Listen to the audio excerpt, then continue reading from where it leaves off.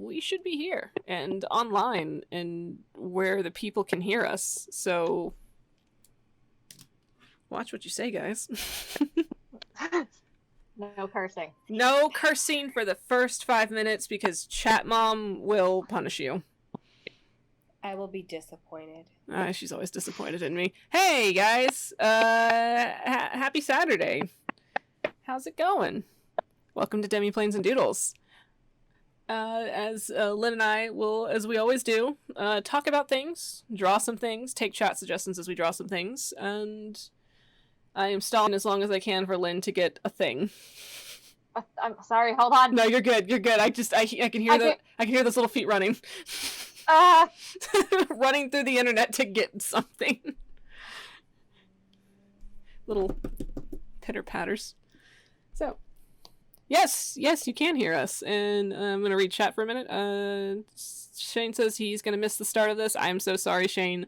All of the cool stuff happens in the very beginning. I hope you have a good dinner, though. Okay, I'm good. You're good? Cool. Hi, guys. So, Vic's here, and there's a Lynn somewhere on the floor or in the walls. I can't tell anymore. Hi. And also in the void with us is our chat mom, because Tabby went to Houston for the weekend, and I'm very sad about it. Hey, guys. Tabby here. I have no impulse control in this apartment. Jeez. Is that why you ate so many pierogies? I ate 8 whole pierogies, thank you. I had 6 earlier, so I feel you. Yeah, it's good. Pierogies are so good. I'll sit here and just stare. I'm gonna cut off all the sleeves of my shirts! Yes, that's what I'm gonna do.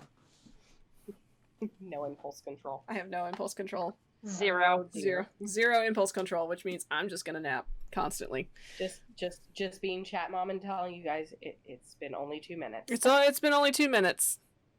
Mm-hmm. Oh, Good to know. Good to know. Good to know. So, let's roll through our announcements since Lynn's got a thing ready. You want to start us off?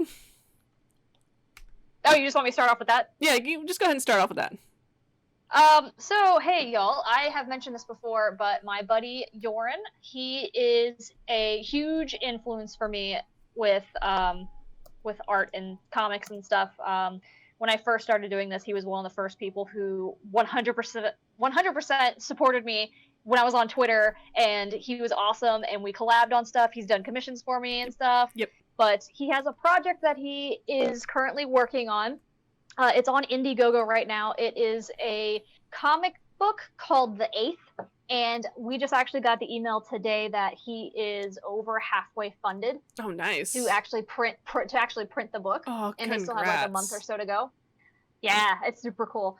But if anyone wants to help him out, that would be super cool. The comic is called The Eighth, and it's about a guy who uncovers an old god's armor, and he becomes a part of it, and they go and have to fight a bunch of bad guys. It's really cool artwork, and I'm going to post the link up on the Twitch chat. Yeah, so you actually look at it, you can see his artwork.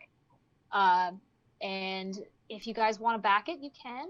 It would be super rad, because it's one of those things where if they don't get backed, it's not going to happen, and that would be super sad because I want it. We gotta make this happen. Yes. So he was going to try to make the stream tonight, actually, but he is in the Netherlands, and I think he's asleep. Happy sweet dreams, bro. Sweet dreams, bro. Sweet dreams. He's fine. So... He can catch it when we put this on YouTube. He did ask that too. Yeah. He was like, "Do you guys have a YouTube channel or somewhere where I can watch the archives?" I'm like, "Yes, I do." Yes, we do. But very sweet guy, very talented guy. He's on ArtStation. He's on Instagram. He's fantastic. Yeah. So, yeah. Yeah. Hey, Yoren. Thanks for being cool. Cool. Thanks for being a bro. Thanks for being a cool bro. All right. Cool bros. Let's move on to our friends, as always, at Talon and Claw. The big thing to always talk about at the moment is right now they have their the Kickstarter is 21 days to go. They are super funded at this point. 2,000% funded. They are 2,000% funded. But you know, that shouldn't stop you from supporting them, as they are constantly like rolling out some really cool new perks with their with their Kickstarter. So since they reached 20,000 in pledges, they're going to include a 2-ounce Talon and Claw shot glass with every $50 pledge or above. So if you know want a cool little shot glass with the Talon and Claw logo on it, so that you can drink your whiskey out of an actual glass and not the whiskey dice vault, a shoe, then, with a shoe, that too.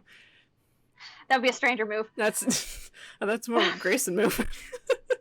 Drinking the whiskey out of a shoe. Out of the boot. That's diss. Sir. Thank you for correcting me on that. You are absolutely correct. That is such a diss move. So yeah, boot. Yeah, so think about supporting our friends at Talon Claw on their Kickstarter and their endeavors to make these delicious smelling whiskey dice vaults. You could also check out their Etsy store, if in case you want to get a dice vault like in your little claws right now. They have the single Council of Sevens. They have the dual hex vaults, which lets you set two sets of dice plus a miniature in the middle.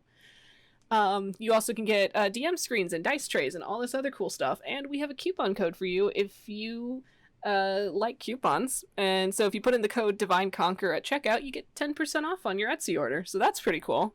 So check out our friends at Talon Claw. All the links are down below.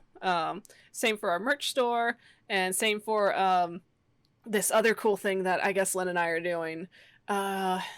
It's like a webcomic of sorts.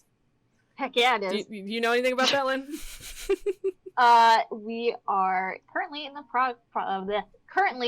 in the process of making a webcomic called Alistair. Yes. And it's about this righteous barbarian and a righteous paladin, and they're gonna go try to save the world. They're certainly gonna try, but they will have tea along the way. So the best way I can describe it is Bill and Ted in a fantasy adventure. Bill and Ted in a Dungeons and Dragons adventure. Yes. Best way to describe it. And the best way you can witness it before our comic launches in August of 2020 is we are going to be hosting a Alistair one-shot where I'm going to be playing West, Lynn's going to be playing Alistair, and we are going to have a very stressed out DM trying to herd us around on an adventure. And it's going to be an absolute nightmare for him, and I feel bad. It's going to be such a crazy thing. Oh, I'm so ready for it. It's going to be so great. Oh my goodness, it's also like a good little like kind of sneak peek into the world of Alistair and what's to be expected when this whole crazy comic launches. So yep, it's actually going to be set in that world. Yeah, so it'll be fun. Oh, it's going to be so crazy. And we're going to also have a couple other people along with us for the ride. Jeremiah's going to be playing with us as a very specific character, and Tabitha's going to be playing as well. Probably being as a very specific character. Very specific character. Yeah, I don't know. Jeremiah likes to play a very cool character, but the name escapes me at the moment, so I couldn't tell you who he's playing in this adventure. Tabitha, as always, she's going to be the group mom and having to deal with three whole dumbasses. Excuse me, 3/3 of a dumbass. Because with the character Jeremiah is playing, that's instead of 2/2 of an idiot, we're gonna have 3/3. So you mean one whole? It's gonna be so good. It's gonna be so great. I'm so excited for this. So yeah, you said 3/3. You mean a whole? 3/3. Yeah. Yes. One whole dumbass. You mean? Yeah. So 3 parts of one whole dumbass. Oh Lord.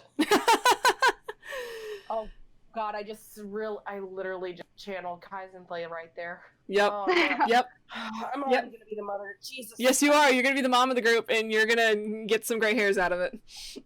And I apologize. Oh goodness. You know what? They're just gonna straight up call you mom. Aw, that's gonna be so cute. It's like, I'm not your mom. No, but you're close. Wes is gonna just be like, I have one question. What's a mom? And then they're gonna be sad for a minute. And she will just adopt you right then and there. Aww. Oh man. Oh god, I just realized all of them have wow, okay. We'll discuss that when we get into the actual one shot, which we'll be playing it on a Monday, probably like a couple weeks or so before the actual launch date for Alistair. So we will let you know more about that as we get closer to that date. As for now, you could always scroll down below to our Alistair link on the Twitch channel, and you could subscribe to our Patreon if you're not already subscribed to that. Lowest tier is as little as $1. So as little as $1 gets you access to our Discord, where you get to hang out with us and a bunch of other cool bro patrons that hang around, roleplay cool stuff. We now have a food channel to share all kinds of culinary delights that we've made or witnessed. It's a lot of fun just sitting and talking with all these cool people playing watch parties and all that. So I recommend checking out our Discord if you get a chance. Spare $1.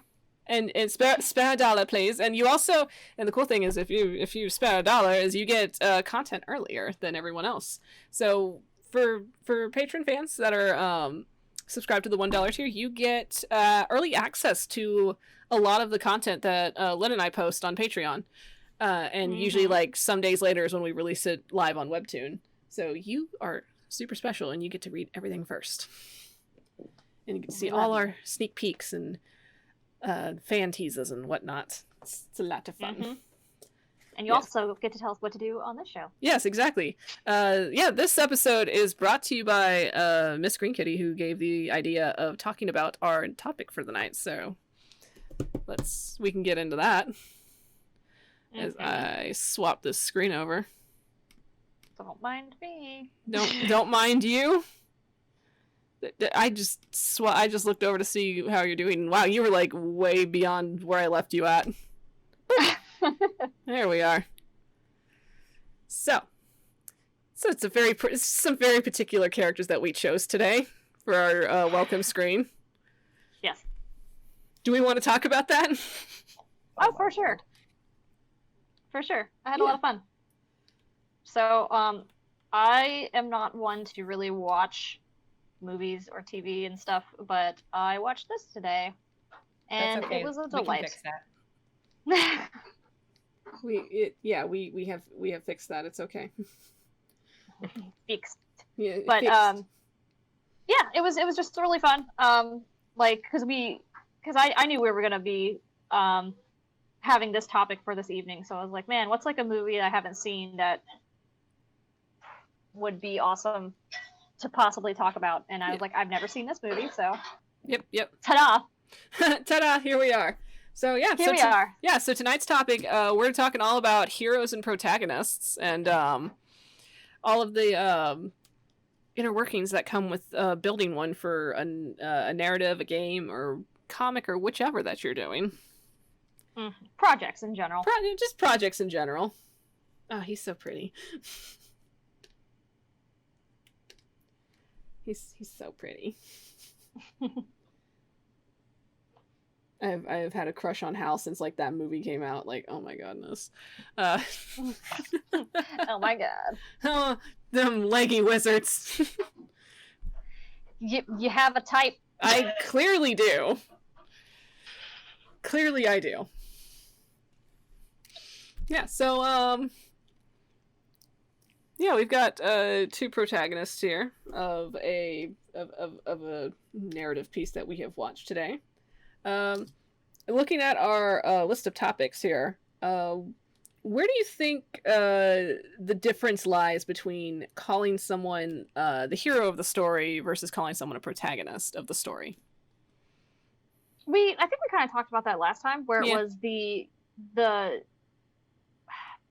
I guess they're one and the same. Would they be? I think we. Or would you say no? Me personally, I would say no. I feel like if we did talk about this, I think we touched on it on the villain episode that we did with Shane.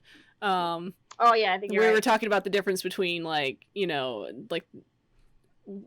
a protagonist can be the central, basically the central like point of the story, but at the same time they don't have to be a good guy.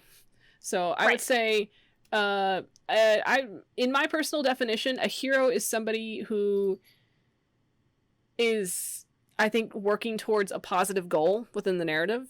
The words can always be interchangeable, obviously, because, language, culture, and et cetera, et cetera.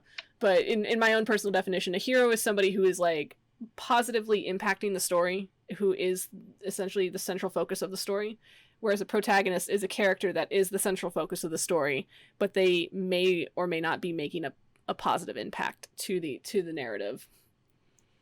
Like, for instance, you have like Death Note. Death Note has a character who is the protagonist. Yeah, you have a character who is a protagonist, Light Yagami, and he essentially is the villain of the story. At the same time, he finds that notebook and starts killing people with it, and we're focused on him because he's the protagonist, and you have people that are actively trying to stop him at the same time. I got one for you, Vic. What up? Macbeth. Macbeth. Yes, Macbeth's a good one. Yes, thank you for bringing in my traditional literature. Oh god, I've read Macbeth back and forth like so many times. Yes, you have. I really have. I'll call you out. Thank you for calling me out. Thank you for calling out that stupid Shakespeare nerd in me. Well, talk about it, because I've actually never read Macbeth. Do what? I said I've never read Macbeth, so tell me about it. So Macbeth is this Scottish play.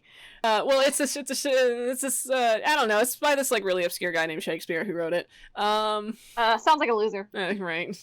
Sounds like a guy that makes up his own words because he can't think of words. Loser. Right. How dare you, assassin? That's not a word.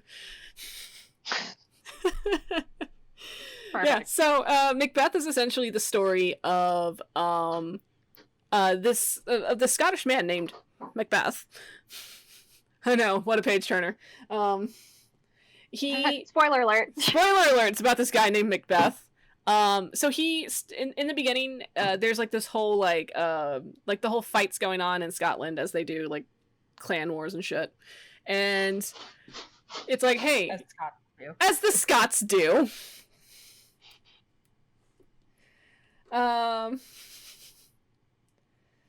So, basically, he and his friend, I'm gonna quotations friend for a hot second, because in this story there are no friends, just potential murder subjects. In a Shakespeare play, you don't in say. A Shakespeare play? Never. So they come into this cave. This cave is like, you've got 3 witches there, you know, hags in a coven. They're like telling a prophecy about how Macbeth is going to become king one day. And the only way for him to become king is if he kills a lot of people. Well, they didn't tell him that. They didn't tell him that part, but it's they didn't. It's funny because they didn't tell him that part, but that's just the conclusion that we ended up drawing when he told his wife. So, so they're like, hey, so I saw these witches, and these witches told me I was going to be king one day, and she's like, oh, that's cool. You should be king. But here's the thing: there's already a king in place. So we need to fix that, and we're gonna murder him. And Macbeth's like, wait a minute, what? Hold up. He does it anyways. And he does it anyways because he listens to his wife. He's like, I love you, honey. I trust you. You're the smart one in the relationship. Let's go murder a man. Let's go murder a man, and then they do. And then it's just like a constant like string of like, oh, you murdered the king. But now whoever is the successor of the king is going to be the next king instead of you, Macbeth. And it's like, well, now we got to go murder that guy. And so they go murder that guy, and then the guy that finds out that he murdered people, or at least suspected he was murdering people, they go murder that guy so that he can't tell anyone. It was just a string of like finding out. You know what? I'm beginning to realize that Death Note and Macbeth are the same story. I'm beginning to realize that. Well, I'm going to become god of the new world, but first I gotta murder a bunch of people to do it. Oh no, this guy's going to find out that I'm murdering people. I better murder him next. Well, to be fair, that would be the next logical conclusion. It would be. Also Lion King's Hamlet, but you know. I knew that. Yeah. And the second one is Romeo and Juliet. Yeah. Yes. But yeah, so Macbeth, it's you're following around this guy named Macbeth, who is the protagonist of the story, and he's not a great guy because his wife told him to murder people, and he did it, and he's just been on a constant murder spree. Sounds like a very, very loyal husband. For real, right? Yes. So that is the story. And he's very pretty. Thank you. I couldn't decide if I should draw him with the black hair or the blonde hair, but whatever. It's he looks. We all know that he looks good no matter what. But which was your preference? Black hair. Yeah. Definitely. Definitely. I like dark hair. I can't help it. This definitely does not reflect in your characters. Addie is blonde, thank you. No, I know he is. Grayson, on the other hand. He has black and white hair. He does have black and white hair. There's white in there. There is. Not originally, though. His original incarnation did have the white streak. It's true. When he was a child, he didn't, but that's backstory. That's some tragic backstory stuff that we won't get into. Is it into that enough? What? No, I was just gonna ask a random question of is it a requirement as a protagonist to have a tragic backstory? No, I don't think so. But like, I feel like they don't need to have the tragic backstory, but they need to have something happen to them. So, something that hooks them to the plot, that gets them involved and moving in it. Yeah. Yeah. Like, true. To be fair though, there are a lot of like we were kind of talking about earlier, off stream, like the slice of life kind of movies. They don't usually have a villain. No, they don't. A lot of the time, it's just like there's like an everyday normal conflict that they have to get over, but there's no like bad guy. It's just like for example, Wolf Children. That movie did not have a bad guy. They just had a situation that they had to figure out. Yeah, that was and that was it. And they did. That usually with slice of lives, it always falls into a sense of man versus self when it comes to character conflict. So it's a lot of like overcoming a lot of personal hurdles. Since we were on the topic of Ghibli movies like earlier, one movie that is one of my favorite ones to watch is Whispers of the Heart, and the villain of that story is writing a book. Because it's a movie. Cool, though. It's a movie about a girl who has this story that she wants to tell, and so she's like trying to write a book. So it's like constantly fighting with writing a goddamn book. And I like that though. I know cool. I know it's so great. Like it's one of my favorite movies to watch because it's like it's a slice of life, but at the same time, and like her other conflicts are like, you know, you're trying to work in a creative space, but you're living at home with family, and family's always interfering with that, and family's like the ones that are being like, why are you doing this thing? And it's like, because I want to, Dad. It's my passion, Mother. Mother.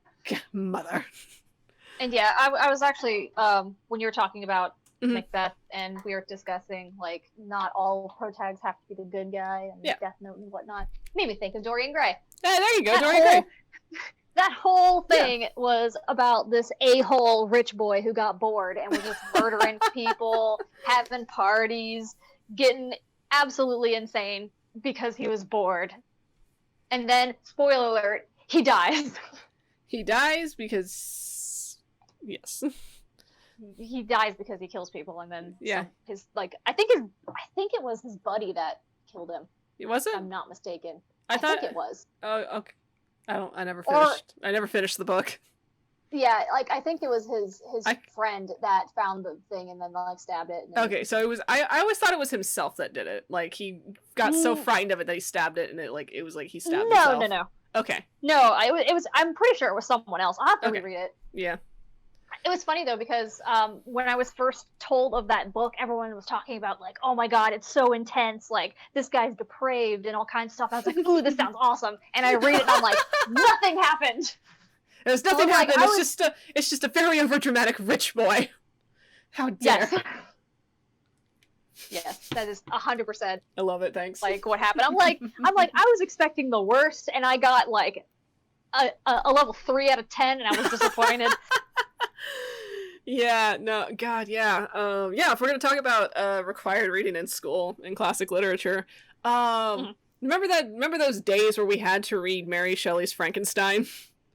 I never read it. We never had to read it. Oh, really? Nope. Oh, wow. We've never had to read it. Nope. Oh my goodness. That was a trip for me. Our required reading that I remember was like I think did we read no? We read Beowulf once, but I don't remember it. Beowulf was that was something. We Canterbury read Tales? a lot of short stories. We did the Canterbury Tales. We did the 12 Angry Men. So I never did that one. I'm gonna go ahead. I already saved this one. Weirdly enough, like our required reading that really stuck with me was the Giver series. Yes. Oh, and it was funny though because I read the Giver, I did not give a damn about the Giver at all. Right. And then it wasn't until like 2 or 3 years ago I was sitting on my couch and I was like, you know what, I'm gonna give this a try again. And I read the entire book series because I was like, holy crap, this is insane. This is amazing. How'd that make you feel at the end? Oh my god! Like I read like The Messenger, Gathering Blue, the Sun, like all of them. Oh man. And I was like, oh my god, why didn't I like read this and like pay attention to it when I was in school? Because it was like mind blowing. And then like I spiraled into a kick of reading all of the books I didn't read in high school. Yeah. let me pull up my Kindle real quick, and we'll because I was like, I want to read all the originals because I never read them in high school because it wasn't required. Which is a shame. And you never read Frankenstein? Never. Wow. Now I really should. No, I do recommend it. For me, I actually enjoyed reading it. Because especially if we're going to talk about in the sense of like following a protagonist, as everybody knows the story of Frankenstein. If ever, like watching the old Boris Karloff's film, and in every iteration of this monster showing up in cinema, like everybody knows the story about a guy who decides. He's so well known.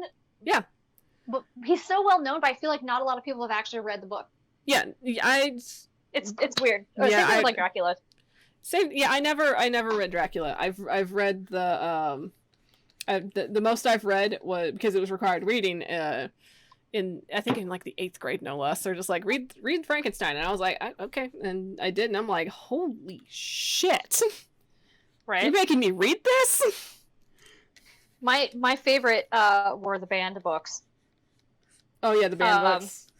Yeah, oh, yeah. But like, it's funny, like, because I, at the time, didn't give a crap. But then I went back and read them all. And I was like, oh my god, I could see why these were like, Well, Here's my library on my Audible account. Animal Farm, Fahrenheit 451, Brave New World, like all of those originals. I have Coraline. I have Coraline. Library at Mount Char was a good one. I've got like just all of like the originals that you're supposed to read that I didn't. I don't really remember reading much in high school, to be honest. Yeah, I think high school. I think one of my required readings was I had to read a Jane Austen novel, and I was like, it's more fun to watch the movie than to read the book. I'm gonna just be real with you. Understandable. It's oh my goodness, that is a feat in itself to read a Jane Austen novel. I just, oof. I'm mad at myself that I didn't like get into it when I was younger, but also maybe it just wasn't like it wasn't gonna stick with me at the time. So yeah, I mean, we don't appreciate some of the things that were introduced to us at a younger age that we couldn't process it at, and it makes sense. Yeah. But yeah, so if you guys haven't noticed, this is going to be kind of a writing heavy episode. Yeah, we're talking about that. Talking so much about writing and stuff. Yeah, I mean, you're a writer. I do things with the words. You're like, I dabble. I certainly dabble in writing. That's a thing you do. I have projects, yes. You are a professional. Oh god, I am a professional. You are. I am. Oh man, what happened? Oh, what happened? So when you were in school, did you like when you had to do those portfolio projects where you had to like write short stories or like whatever? Do you remember doing those? I do. Were they good or you're just kind of like, I'm not gonna look at this ever again? I'm reading back on some of my old writing. Like I can see where I was like kind of still learning the process of grammar is always going to be my enemy because I can't do punctuation to save my life. I think that's the one thing everyone will notice about me is I cannot punctuation. My problem is I use too many commas. I don't care. I mean, you can yell at me all you want. That it's sometimes that is a correct way to form a sentence. I mean, I've learned that there are so many ways you can grammatically form a sentence and it still flows in the correct way. Like, whereas you can use an exponential amount of commas, you could also substitute in with like a semicolon. You can substitute in with an em dash. That was one that I discovered like maybe 3 years ago, and I just haven't stopped with it. Because I find that those are such good like breaks in rhythm that it works. Like I've loved em dashes for this is going to be me being a writer nerd for a hot second. Like I love we got some writer people in there, I'm sure. Yeah. When I discovered the em dash, I was like, wait a minute, I can structure my sentences so much better. So they can sound so organic. Because it's like you're writing the sentence and then you throw the em dash in there and it's like a break in thought and it's like you're interjecting with something else entirely and it still works as a sentence. Or like you're like trying to use it to like focus in on something specific. Like it's also the reason I'm not drawing right now is because I'm remaking my tea because it went cold. Oh no. So that's why I'm not drawing. Not so I apologize. Tea. That's alright. I'm making tea. Boy. I am making the Alistair tea. Thank you. Oh nice. I have Alistair and West brand tea still, and I have Grayson tea. Oh yeah, I need to reorder my Grayson tea. That is a mouth punch of lavender. Sometimes it tastes like Fruity Pebbles to me. It does. It's like it is a thigh-high boot kick to the face. Oh my god. But I found going, because I actually have like under my desk right now. I just recently reorganized my desk. Please applaud. I recently reorganized, and I still have like my first journal from when I was writing my first book actually. And like fun fact about that book, I've been writing it for like over 13 years at this point. Like I started that thing in essentially the 8th grade is when I first got the idea for it, and then I just like kept writing a bunch of shit with it. And so it just slowly turned into a novel, and then from that novel I just kept like rereading it, rewriting it, reworking some characters here and there, but essentially like the plot line stayed the same. For the most part, with me just like adding like here and there little like differences in like character and whatnot. So there's a dog barking outside. That's the downside to having my workstation by my window. You're gonna hear a lot of doggos. So like the story, I know a little bit about the story that you've been working on, but is that something that you're just going to continue to work on as like a passion, like side project, or do you actually want to have it published at some point? I really do want it published. I realized I forgot an eyebrow for West. Oh no, that's why he's confused. He lost an eyebrow. It just crawled off his face. He's like, where'd it go? Yeah. There we go. Let me throw in another person. I'm gonna draw my girls. That's what I'm gonna do. There you go. Let me throw these ladies in here. So I haven't drawn them in a hot minute. Yeah, no. So, okay. Yeah. So you want them published at some point? I do. It's been my goal since like I started it that I wanted this to be a published work. How I wanted it published, still working on that part. Essentially I wanted it to be like a published novel, but in the way that things are going with novel publication, it's kind of an iffy subject to look at. Because so many people are doing like self-publishing now, and there's like so many other different mediums to work with, and etc. Right. So if I find a different medium that I want to do this book in, I'll do it. But other than that, at the moment, it's strictly a written story, and it's something I definitely want published and in the world, because I've been working on it so long, and I'm tired of like, me personally, I'm tired of like having been working on this and then like slowly introducing like little bits of my story out into the world, and then having people going, you copied that, and I'll be like, fuck you, I've been working on this for 13 years. Right. This was here first, it's just you never saw it. And that's the thing though, because like same thing with like artwork or whatever type of like creative medium. Mhm. Nothing's original. Yeah, nothing's original Like, anymore. There's always nothing going to be something that looks like another thing.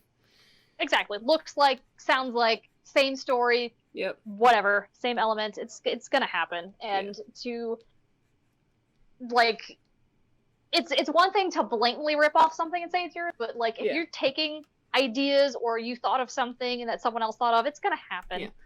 I will say though, recently I've had my story looked at again, which it's like I haven't touched that thing in like 2 years, and now I'm gonna have to pick it up again so I can continue letting this person read it. And I think I think like one of the happiest compliments I ever got on it was they're like, "Hey, so this reminds me of She-Ra," and I was like, "Really?" Aw, I love She-Ra. Thank you. That makes me very happy. In So case when you haven't you- noticed, I have a thing for characters with like really crazy wild hair. So when you were first writing your story, Yes.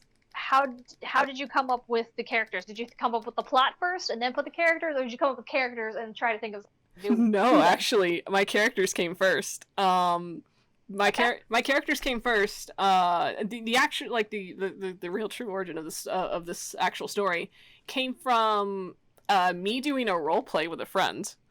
Okay. We were sitting in history class. It was U.S. history class. Teacher was Mr. Bosworth. He was a really awesome dude. He was like that history teacher that like brought in all of his reenactment gear to like make class look so much better. Like he was like the best history teacher, but essentially it started in a history class. And it was just me and a friend back and forth, just like writing on a sheet of paper and passing it back and forth. Like that was you were doing forum RPs before they were the thing. Yeah, I was doing forum RPs before they were invented. What do you know? I would write on a piece of paper, and then they would write on a piece of paper, and it just went from there. And it was just two characters, and those two characters, for some reason, we were just like having them duke it out in a fight. It was just two chicks just fighting it out in the middle of the woods. And then from there, like a story just slowly developed. It's like, well, why are they fighting? And so I just started like working with it more, and like now all of a sudden I had this backstory for these two women. And it's like, well, why are they fighting? Because one of them killed the other's father. And then it was like, oh shit, drama. And we just, from there, I just kind of kept like working on it to now I have like a whole story with an actual like active universe for it. Like there's like a whole world surrounding it. And like, I've got like lore and mythos, and I have a pantheon, and it's grown so much since I first started it. It's absolutely wild. That sounds awesome. It still blows my mind sometimes. She's a little, yeah, that's her. Yeah, so that's that was a thing that still surprises me to this day. So was there a certain process that you do when you come up with your protagonist? Or do you just like when you come up with a protagonist, do you do that map thing that we used to have to do in writing class? You know what I'm talking about? Where you write, where you write like the character's name in the center, and then you like they look like no. this. No. Do you remember that? Do you remember having to do that? You're just like, I hate this. I remember that, and I vowed to myself I would never do that. How do you brainstorm then? Oh my god, hold the phone. I actually forgot how to draw her hair. This is just going to be Lindsay picking Vic's brain. No, yeah, do it. Just pick my brain. This is actually a lot of fun. I will be your interviewer. It's kind of like I'm interviewing you for something you're already a part of. I've only ever had shower thoughts about being in a televised interview for this book. This is great. Great, we're practicing. We're practicing. Yeah, it's so much better than doing a real interview. I'd be so goddamn dumb through the whole thing. Where's? Hold on. I'm struggling. If you ever get interviewed for Alistair, I'll hop in and help. Oh, I'm just gonna sit in the back, and you can just sit in the front and just talk. They'll be like, so how about this? And I'll just point to you. Like, well, he wrote it, so and I'll shove you up. Words. Words. I did them. I wrote things on paper. I legitimately forgot how a character's hair looked, and that startles me.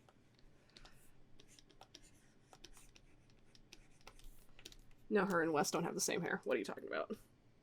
This is not where I got Hey. West Tear from. Hey, the stuff I showed you the other night, where I was like, "Hey, I guess that's where all this came from." It's kind of funny how like you come up with something from like a long time ago, and it just resurfaces subconsciously. Yeah.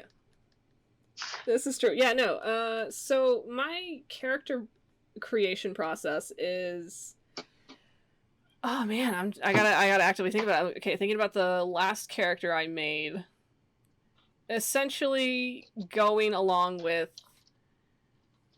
I'm trying to think how this character came about. Holy shit, that's interesting because I just kind of do it. I just That's I think just the part of first your thing creative brain. yeah. Like it just happens. It just happens. I think the first thing I do is I come up with a look for them. Like that's the first thing I work on is how they look.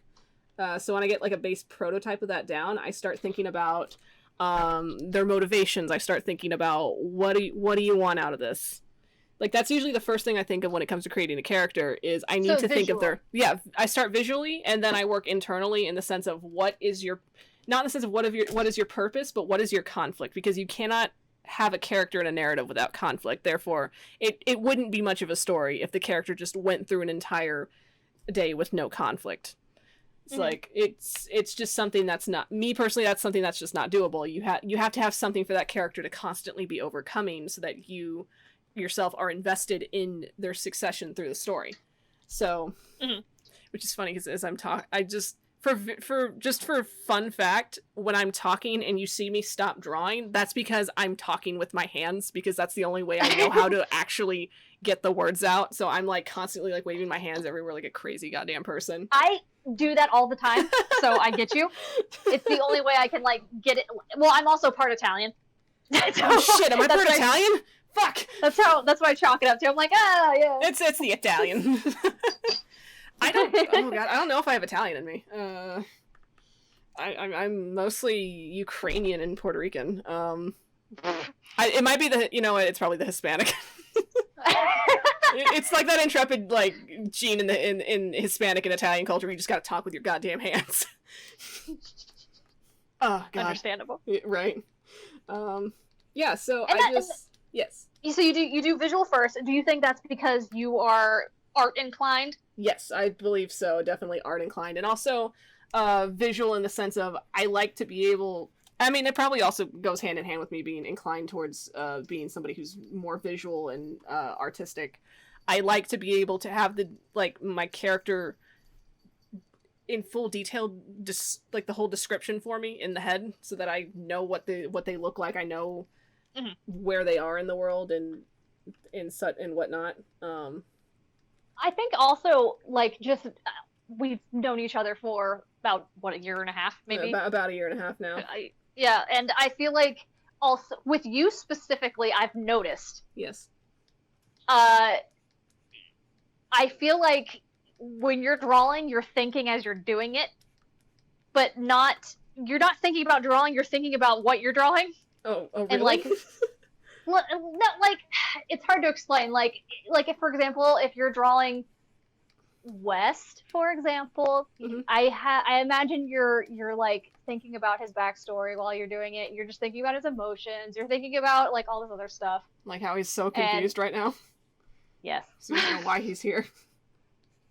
Like, I think we told, I think it was Jesus we told that, like, because he asked, like, what do we think about when we draw? And we both said nothing. We just kind of do. Yeah, we just kind of do. But I honestly think that we're subconsciously channeling the character and thinking about them personally. Yeah, it's in a sense of I'm trying to I think I described it once in some words somewhere where it was you're not thinking in cognitive thought, like in actual structured words. Like as you're drawing, you're not thinking, okay, now this or this, and then like having like a whole conversation in your head. You're thinking almost subconsciously, almost instinctually. So you are thinking, but it's less of something cognitive and something more like, feeling. Analogy from me at least. Don't know if it's for you or any other art people out there, but it's kind of like when you're driving somewhere and you daydream. Oh yes. When you're driving, when your brain blanks and you're like, how'd I get here? Exactly. Oh, that is dangerous times. That is exactly how I do it. Like, your brain just goes elsewhere, you daydream, and then you're done with your piece, and you're just like, what? And then it was like 4 hours later, and you're like, excuse me?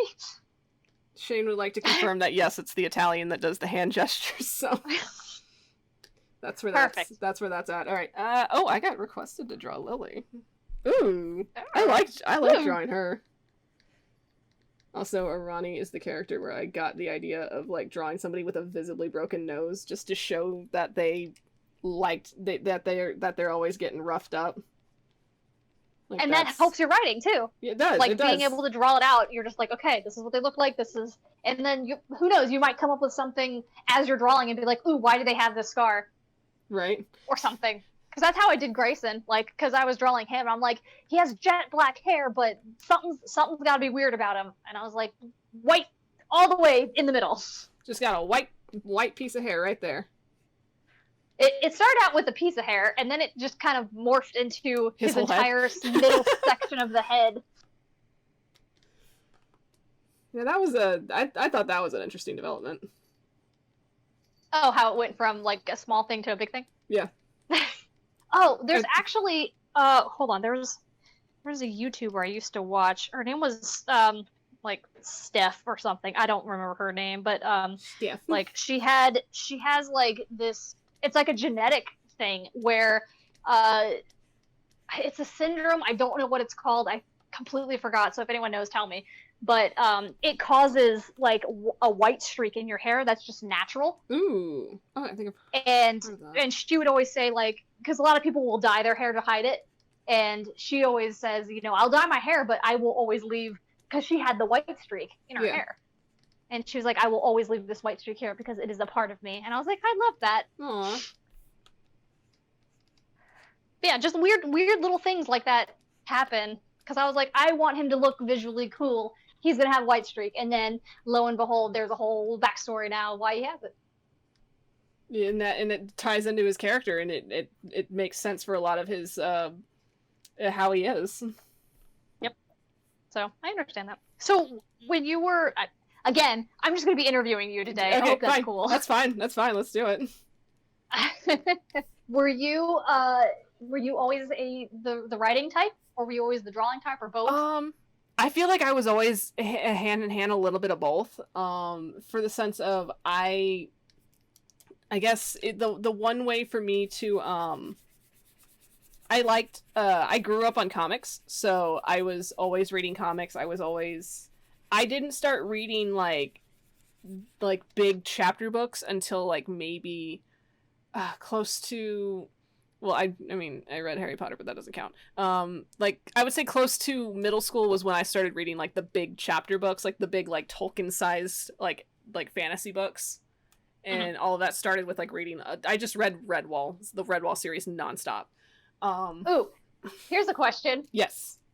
When you were reading those kind of books that, you know, didn't have, like, the visual aids and stuff, yes, and you were mentally, thinking about what these characters look like, did you draw them? Let me think. Actually, I did not. I think the only one that I did was when I was reading, the only time I ever drew art, from a chapter book was when there was, like, a really, a scene that stood out to me. And I think the one time I did that was when I was reading, the book Tagarun. And that was, yes, yeah. The only Redwall book that I remember. The scene where he was fighting the giant eel. I don't remember it. Anyway, that whole scene where it was like a rite of passage or something, where he had to go in, he had to fight this giant eel, and you thought he was gonna die, and he just like completely massacres this thing and comes out of it just like completely like torn up and bloody, and like just drags the eel out, and it's like, there's your fucking thing. That scene, like, I loved that scene. You're like, that's a mood. It's a mood. I think a lot of my characters came from that scene. Oh man, yeah. Oh my god, I think West came from that book. You mean it's West? West? Yeah, I was like, what? Oh shit, West came from that book. Yeah, it's because he was essentially a child. It's his story, essentially. It's essentially his story. He was a child that was taken from somewhere else, raised in a completely different environment, to the point where he has like no concept of anything, and then now he's out in the world having to rediscover himself. It's, oh my god, that's bonkers. The things we discover while we're doing art. All right. let me draw Babe.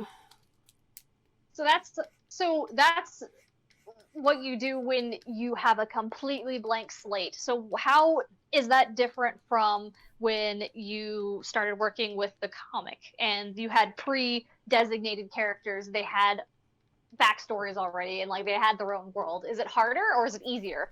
And you can be honest. I'm gonna say it's kind of it is a little tricky because they've already have like kind of like preconceived backstories. So I like if I ever have a question, I just ask you. I'll be like, hey, so what about this thing?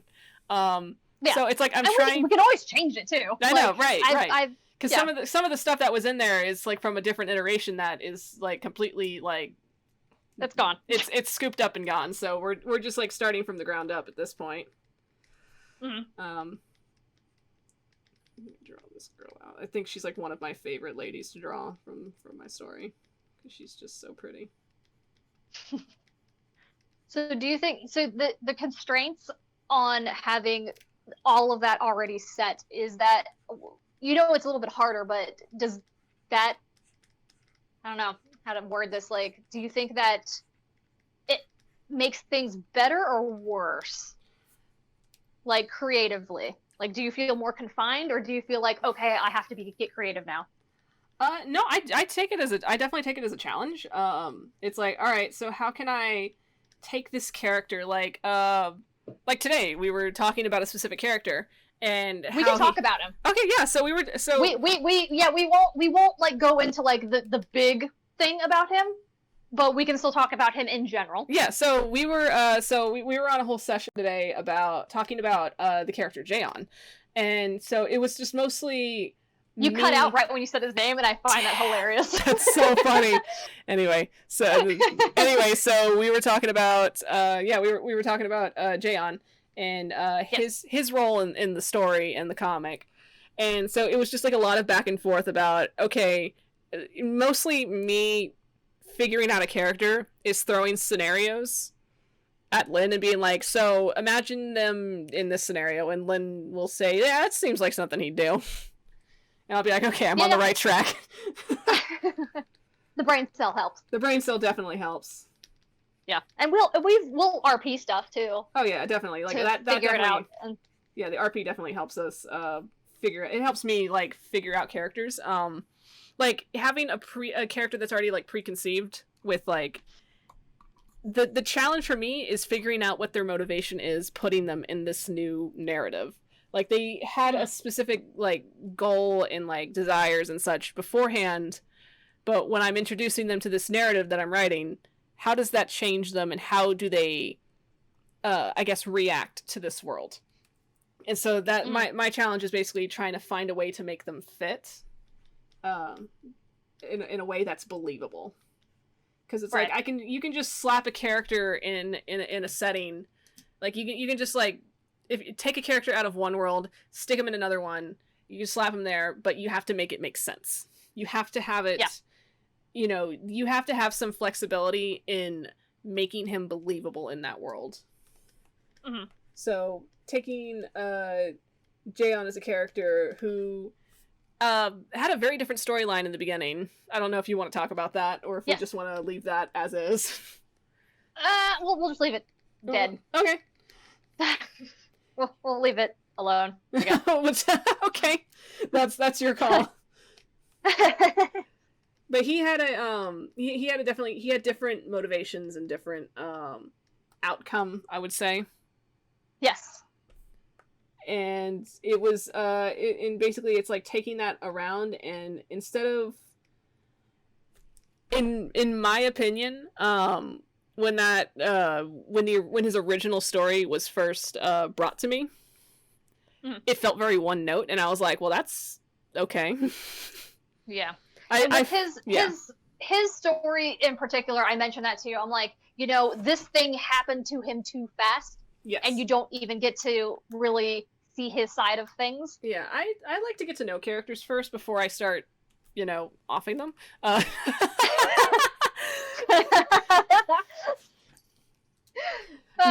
that that's happening, but in the sense of how it was worded, it's just like, oh, he went away, and I'm like, oh, okay. Uh-huh, yeah, okay. He just walked away. But no, like, even in, like, before... He just walked away. He just walked away. He's like, bye. I'm done. He did his thing and he left. No, but, like, even... Like... Oh, what is... He is... Hold on, let me see if I can find the note I had. Oh, no. Let me find it. Oh, goodness. Yeah, no, but, like, just speaking in, like, standard narration, because there will be times when you're writing a character, and it could be, like, any character, whether it's protagonist, side character, or, like, antagonist, you have to find a way to bring about their conclusion, whether that be them saving the day, them dying, them going off into the sunset, or them just having something happen to them. Like, there's, like, this whole thing where you gotta... I like to get to know the character first. I like them to be grounded in this world before their story starts to change, I think is what I'm trying to say. Before you said he walks away and just is like, yeah, I'm walking away, but he the note I had was out of the jurisdiction of our mortal realm.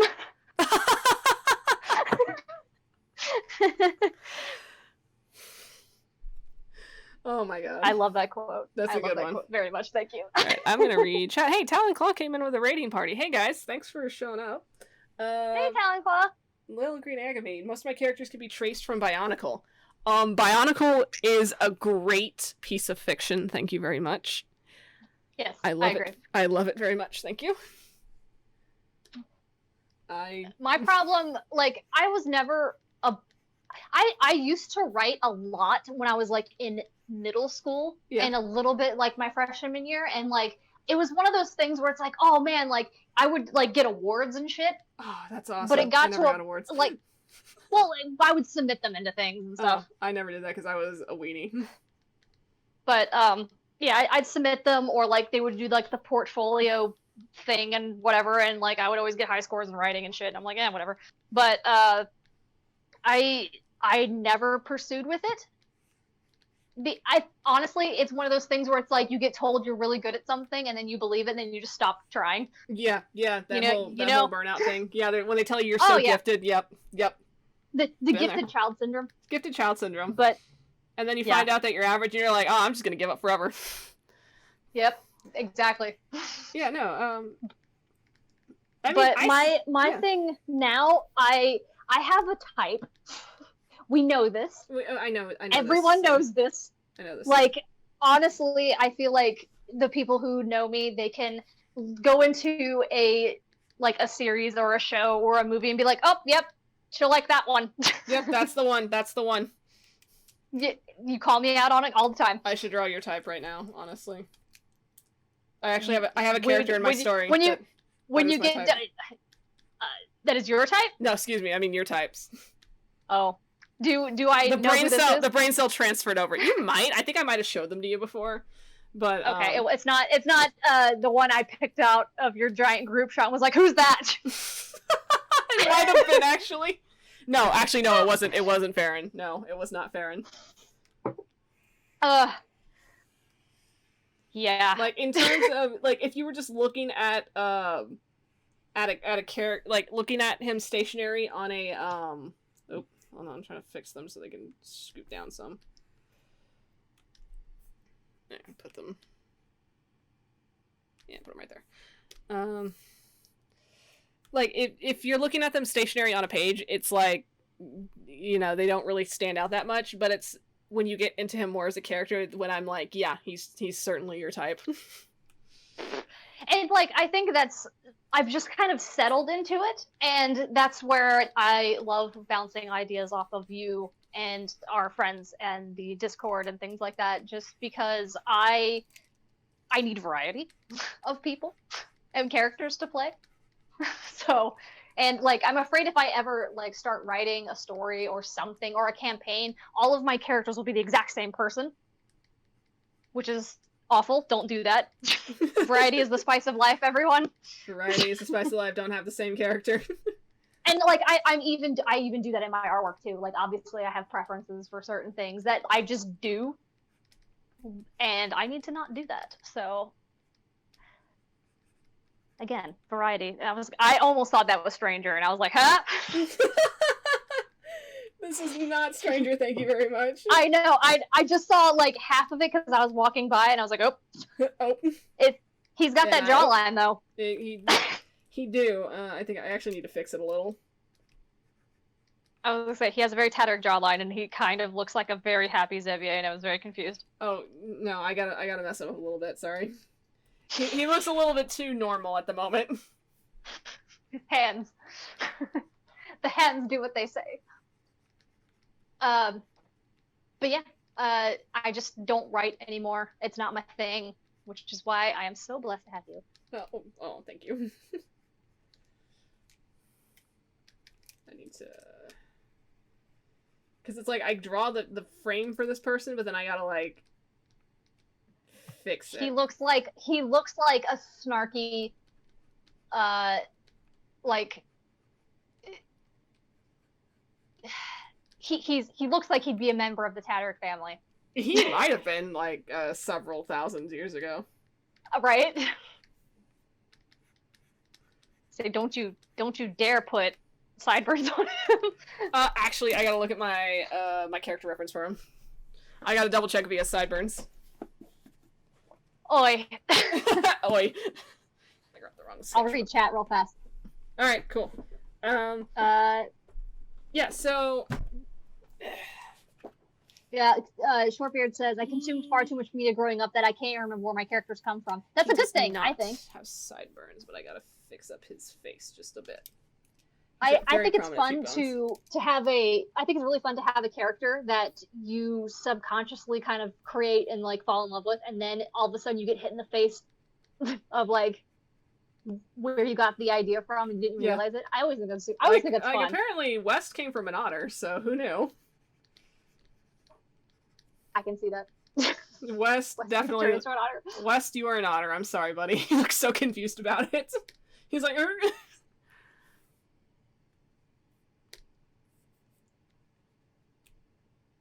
Yeah, I love this guy.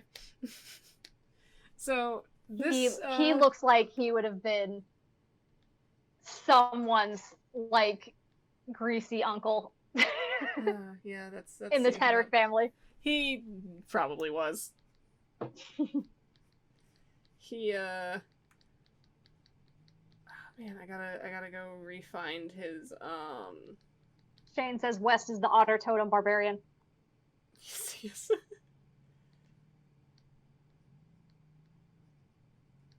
Let me see. I gotta go find his because I wrote it down all on one page in my sketchbook, actually. This dude's backstory. Mm-hmm.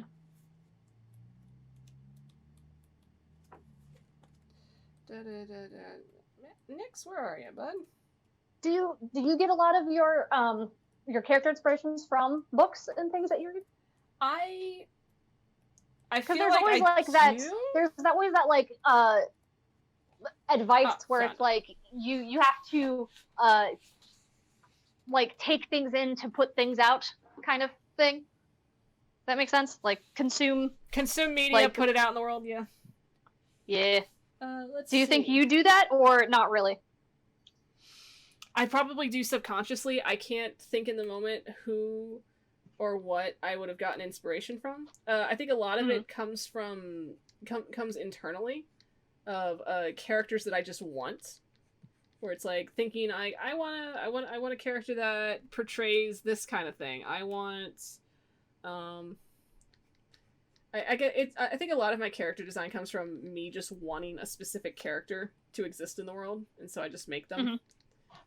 And do you whether have, or not like, they're inspired from somewhere, I don't know.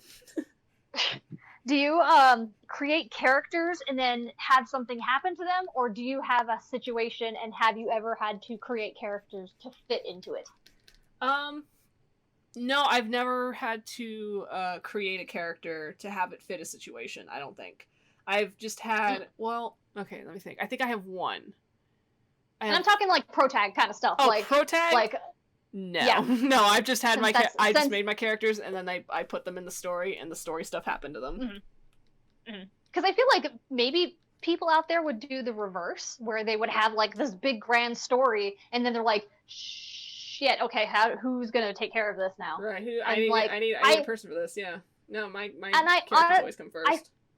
I feel like that is a bad way to do it personally, because I feel like you have this big situation happening. Yeah. I don't know, like the king is evil and you need to overthrow him. Like that's the situation. And I feel like it's kind of like meta-ing a bit. It could be. I mean, if we're talking about just writing it for the sake of just like a story, then I don't see it as a meta. I see it. It's certainly a way to build a story. It's not my preferred way, and it just sounds more confusing to me to do it that way, because I just prefer to have the characters and then make up a story about them, because it just I feel like it's so much easier when you have a character with all these, like, it's like, all right, I have this person, where do they come from? Okay, they came from here.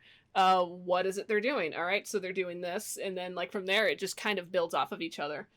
For having a setting and then creating a character for that setting, to me that feels like it's almost in a sense like you're playing the Dungeons and Dragons module. It's like, here is a story that's happening. Make a person to be in that, and you're just running through a module at that point. Yeah, and that's kind of what I mean. Like, like if you have a story that's like set in the woods or something, and you come up with a story first, when you create a character, you're gonna make someone who's gonna be optimal to fit in that situation.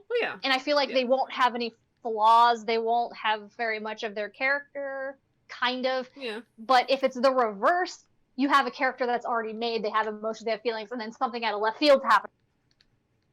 Yeah. And man, I'm just thinking of it now in the sense of creating a character and then like throwing them in, just like rolling for a random setting, and like they're in like the complete opposite setting that they should not be in. That's always fun to me. That always creates some really fun conflict where it's just like, oh, clearly you don't belong here. You've been set up for a tundra adventure and you're in the middle of the jungle. What are you gonna do now? Exactly. Like, that's a thing. That's a thing that I think about with like D&D modules. Like if for like the tundra example, like, hey guys, we're gonna be playing this game, we're gonna be in like a wintry area. A lot of people are going to make their characters to make sure they are going to be fine in that specific area with that specific thing. Oh yeah, that's true. Yeah. I always like to just pick a character that is 100% not supposed to be there. So like because it's more interesting to see them deal with it than someone who's already like used to it. Do we want to talk about how it was Addie's first time on the water then? Because I think actually that's a thing to think about. I'm like, oh yeah, you have Addie, who is a druid of the forest, and you brought him on a seafaring adventure where there is no forest in sight. I honestly love that. I figured like it's kind of like that where you know you're gonna be in like pirate seafaring adventure, you're gonna make someone who has a sailor background, or you're gonna make someone who is used to being around that, so you know what you're doing. I want my boy to be clueless. I want him to learn all of this stuff because I think it makes for a more fun experience. He has learned that barnacles exist, and that's funny. He learns that they live there. They live. I stay here. You know, to be honest, I was actually debating if Addie had even seen the ocean. But where he is from, he would have seen it, but he's never been on it. It's not like a thing that he does. He's used to like really cold, like winter temperatures. And things, but yeah. I don't know. I feel like a situation should happen to a character, not a character happen to a situation. As a writer, I do agree with that. I feel like it's you find yourself with more. Like, in my opinion, there's always going to be a little bit more of a compelling story about something that happens to a character, instead of having a character arrive at this adventure and they're suited to this adventure. I don't know. I feel like it's not fun. Yeah. I mean, I know people. I want them to struggle. I know you do, Lynn. I know you enjoy watching them suffer. I don't like watching them suffer. I like them overcoming the suffering. And possibly having irreversible mental scars from it. You're gonna love my book. Those little puncture wounds there. There we go. There he is. He's perfect. I love him. He looks like Stranger. He's oh, that's where Stranger came from. Damn it. I told you he looks like Stranger. He looks like Stranger's I don't know. Is he a vampire? Yes, he is. Okay. So I came up with this. So the funny story about this guy, he is a vampire, but I came up with it in the sense of, for the record, this was like before I saw What We Do in the Shadows, because I wanted a vampire that wasn't the standard trope of a vampire. I wanted somebody who was the worst goddamn vampire in the world. Like I watched that movie, by the way. Did I tell you that? Yes. God, I'm so glad you did. And it was funny though, because John, my husband, he was like, "Oh yeah, my sister says we should watch What We Do in the Shadows, the TV show." And I was like, "Oh, I watched the movie," and I gotta say, it was okay. It was okay. Yeah, I mean, yeah. It did. Like, I kept seeing all this praise for it, that it was hilarious and stuff. Watched it, and I'm just like, which sucks because I love Flight of the Conchords. I love all of that. I love spooky things. I love all of that, and like some parts were funny, but yeah, like okay. I think it was as long as some parts were funny, then I think it did its job. The werewolves were the best. We're werewolves, not swearwolves. We're werewolves, bro, not swearwolves. God damn it. Oh, god damn it. That sounds like something Alistair would say to West. Like, what are we? It would be. Werewolves, not swearwolves. Werewolves, not swearwolves. Count to 10, bro. Count to 10, bro. Oh, shit. Fuck. Oh, god, that scared me. Speaking of, no, I just looked up through the window and I just saw like this massive streak of lightning go through. That scared the shit out of me. I was not expecting that. 1, 2. Yeah, so I essentially came up with this whole backstory of this guy is the worst immortal ever. This is the worst vampire ever because, hello, Thunder. Hello. Hello. That's a storm thing that's gonna happen. And, you know, like the whole concept of, oh, wow, you're an immortal. So where were you at the fall of Rome? Bro, I wasn't fucking there, dude. I don't know what the fuck you're talking about. It's like, you know, like, you're a person that's like, somebody's like, hey, what do you know about this? And they tell you about some, like, crazy world news. And you're like, I don't know anything about that. What the fuck are you talking about? Yeah. And, like, I've actually heard that argument, like, kind of story idea coming from, like, what's happening now. Not going to mention what it is, but what's happening now, people are going to be like, oh, man, like... Yeah, the Backstreet Boys reunion tour is happening. Yeah. Like, they're going to be like, oh, man, we're, like, you lived through the Backstreet Boys reunion tour. Like, where were you? Like, what were you guys doing? Like, were you doing this and this? And, like, oh, man, I was in my house. I was in my house, like, just on the internet constantly. Yeah. Like... Yeah. And I honestly kind of think it's fun to think about that, like what someone else was doing. Like not everything has to be in the middle of conflict. They can be outside of it. You can just be vibing outside of it. It's no big deal. All right, I'm gonna save these. Save them. Save them. Here, I'll save. Let me save on my end too. Okay. Boop. Boop. My file names are called Protag. I picked heroes. Wow. We're like perfect. We're like on top of that. Vibing. We're vibing. It's that brain cell working. Okay, what are we drawing next? Let me look at my Google Doc. So let's see. I mean, I feel like we talked about a lot of stuff. Draw favorite heroes, protagonists, shifts in typical protagonists through culture and time. Like, do you, I mean, I feel like I shouldn't ask the question of do you feel there has been a shift, but there has been a very obvious shift of what people have labeled as a protagonist in a story as opposed to like maybe like 20 years ago. I feel like the protagonist was always the hero. Yeah. And like there was always like the very clear divide between this is the protagonist, they're also the hero, and then there's the villain. Yeah, but in I would say also in the sense of oh, my brother just asked me if I want something from a restaurant. Pierogies. No, I'm good. I'm fine. Pick me something up and just shove it through your router, please. I'm good, fam. Chicken nuggies. Chicken nuggies. Here we go. Yeah, Shane, as Shane just said here. Where were you during the rise of communist Russia? I was hammered at the Moulin Rouge that entire time. Like that's the kind of person that Nyx is as a vampire. For the record, his full name is Nicholas Sins. Thank you very much. Oh my god. I love him. Thank you. Don't at me, bro. Don't. I'm just, writing out subconsciously your type. It's fine. It's fine. It's fine. It's It's fine. whatever. Erin has a name like that too. It's fine. And I hate it. Don't even. So I would say, I mean, thinking about it, about shifts in like typical protagonists through culture and time, I'd say that there's a definite shift. Like if you look from like 20 years ago, seeing who quantified as the hero of a story in like either a movie or a comic book, and then looking at it now and how that is. And I think that has a lot to do with people having more of a platform to make their projects and to put it out there in the world for people to see. So you see a lot of variety, a lot of diversity. Yeah. What are we drawing? Like, as we stare at this I blank feel page? even back then, Yeah. there were the authors that were like, F that. We're Yeah. gonna go left field with our Let's go. heroes and protagonists. You can just say Terry Pratchett, it's fine. Terry Pratchett, Neil Gaiman, those cool dudes. I love Good Omens.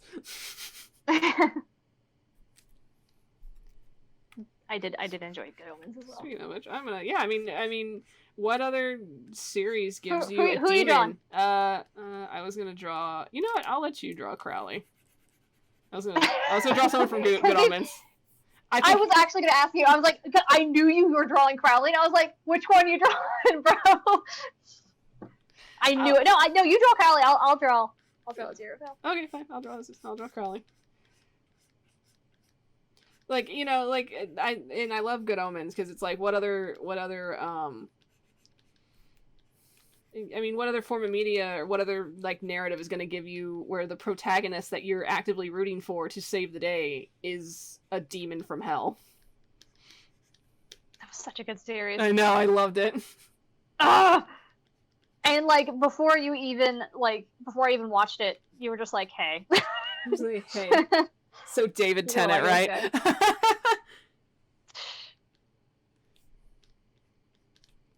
I love him. Thanks. That whole thing. I remember like messaging you as I was watching it, and just be like, hey. I love him. He's pointy. I love him. Thank you. I love him. Thank you. He's a good pointy demon. Layer check, bro. I'm on sketch layer. Okay. Just making sure. Just making sure. But I love that show, and like I've said numerous times, like I am not one to like really watch TV and stuff, but I'm starting to. Oh yeah, I mean, I still need to finish My Hero Academia. Sorry. You got to do that. I mean, take it at your own pace. I cannot consume media at I'm a 2 episodes at a time kind of guy, so I will watch 2 episodes of a thing and then take a break. Like I can't. I think the last time I binged something was when the final season of She-Ra came out, and Tabitha and I literally sat down and we just went the whole afternoon from start to finish because we needed to finish it before we went on Twitter, because Twitter was going to be like completely nuts about it and just like be posting like screen caps and spoilers. And I think that has a lot to do with how we consume media nowadays, because we have to finish the thing as fast as possible or otherwise we're going to get spoiled. Shane just says he might be reading some Discworld on Twitch sometime soon, and I would That'd be fun. very much love that. I have never experienced Discworld, but I am definitely dating somebody who loves Discworld. So I know someone who might be like really into that. Oh shit, I did that on the line layer. What did I just tell you, bro? I was prepared to line, and then I was like, no, wait, I need to do a thing. And then I forgot I was on the line layer. Now I'm on the sketch layer. He's so pointy.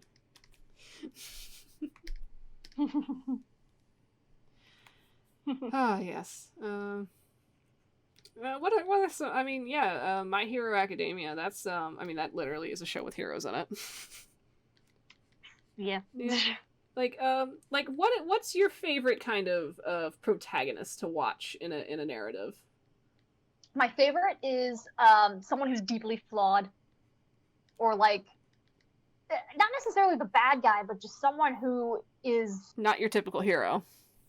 yeah, not even like the anti-hero either. Like I feel like the media has just kind of ran that into the ground as Yeah. far as anti-heroes So go, like and everyone's just kind of an unlikely hero. asshole. Yeah, yeah.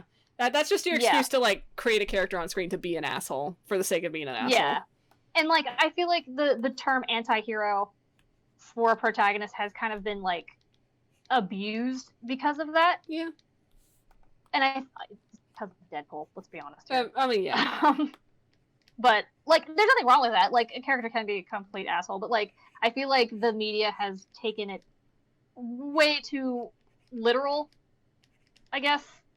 Yeah, it's and I would say in terms of like when speaking of like media taking it a certain way, we can safely say executive producers and like Hollywood corporations taking it a certain way, because all they do is look at the numbers and be like, oh, I guess they like this stuff. Let's churn out as many copies as we can very badly, very fast, without putting much thought into that thing. Because the movie industry is a fun thing to witness. I think that was so like cute. Aw, look at him. Oh, he looks like a little cherub. I love him. He is a little cherub. He is a little cherub. Oh my goodness, I love Aziraphale.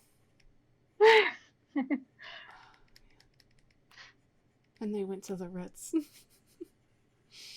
The whole scene of those two where Crowley was drunk and then he comes back and they're having that whole conversation in like the cafe. Yes. And it just gets misinterpreted and he was like, excuse me? I was like, yes, finally. And they were married. I love them so much. Anywho, enough of my fangirling moment. Shit, that's on line layer. Yep, that was. Yeah, for me, I always like, I guess when it comes to, thinking about protagonists and, like, characters I like to see, I'm thinking about, like, I do like unlikely heroes. I like characters that are deeply flawed. I like characters that have, I like characters that I can relate to personally. I also like every now and then, depending on how it's written, I do like an underdog story. Like, I think yeah, and that's yeah. I think that kind of falls in line with like unlikely hero.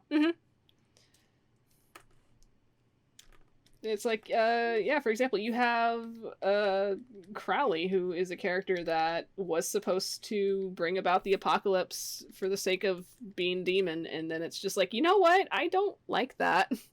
I want to just jam in my car and I just want to drive my car and like listen to Queen and just hang out in the human world because it's more fun than hell. Oh. He's so cute.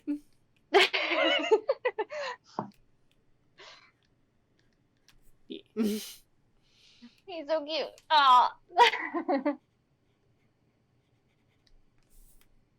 They're perfect, thanks.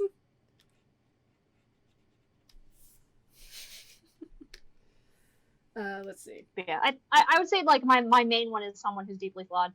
Yeah, so someone who's deeply flawed, somebody who's definitely an underdog. Like thinking on terms of like you're trying to finish My Hero Academia. Like when I first started that series, it's like here's a character who, in a world full of everyone that has superpowers and wants to be a hero, the one person without superpowers is like, I want to be a hero. And I was like, yes, baby, you can. I'm rooting for you.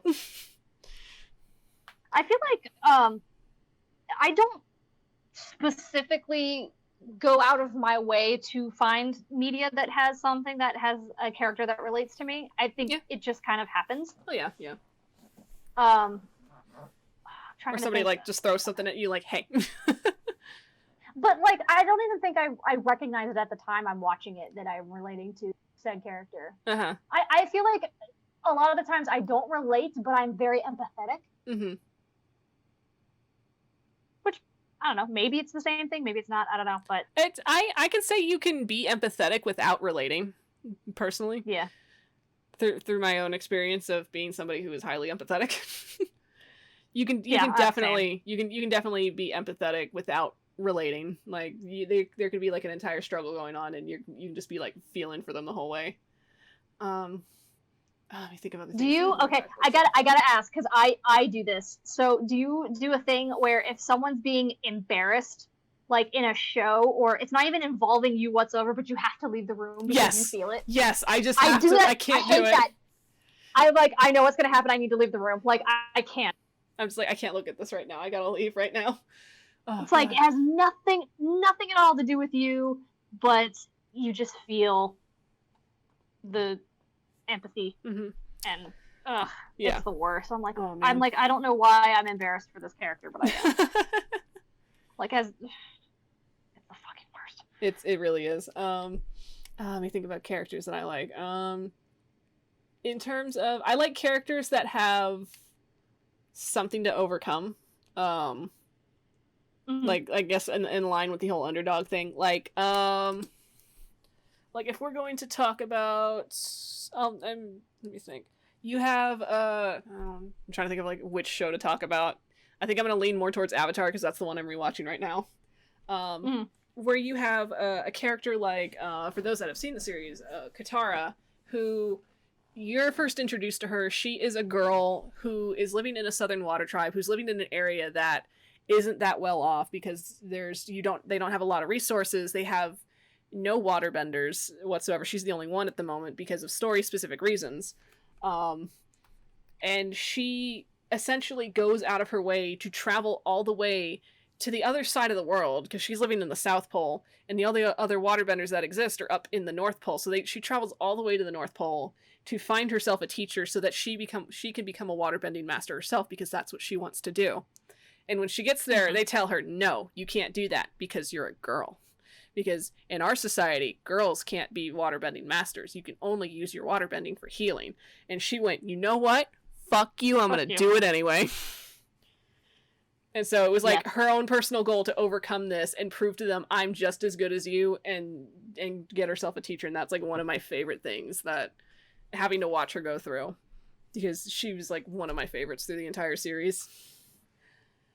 Oh my goodness, like and another character, like another favorite of mine, if we're gonna keep talking about Avatar, I like there's Toph, who is a literal blind girl who has this bending ability, but overcoming it in a way that she uses it to her advantage. So it's kind of in the sense like how in Dungeons and Dragons there's blind sense, where you're able to like sense things around you through like tremors in the earth, and that's how she was able to use that to her advantage. And coming from and she was a noble in a sense, so her coming from a family that's like, no, you can't do this because that's not right, you're weak and helpless, and she's like, fuck you, I'm not.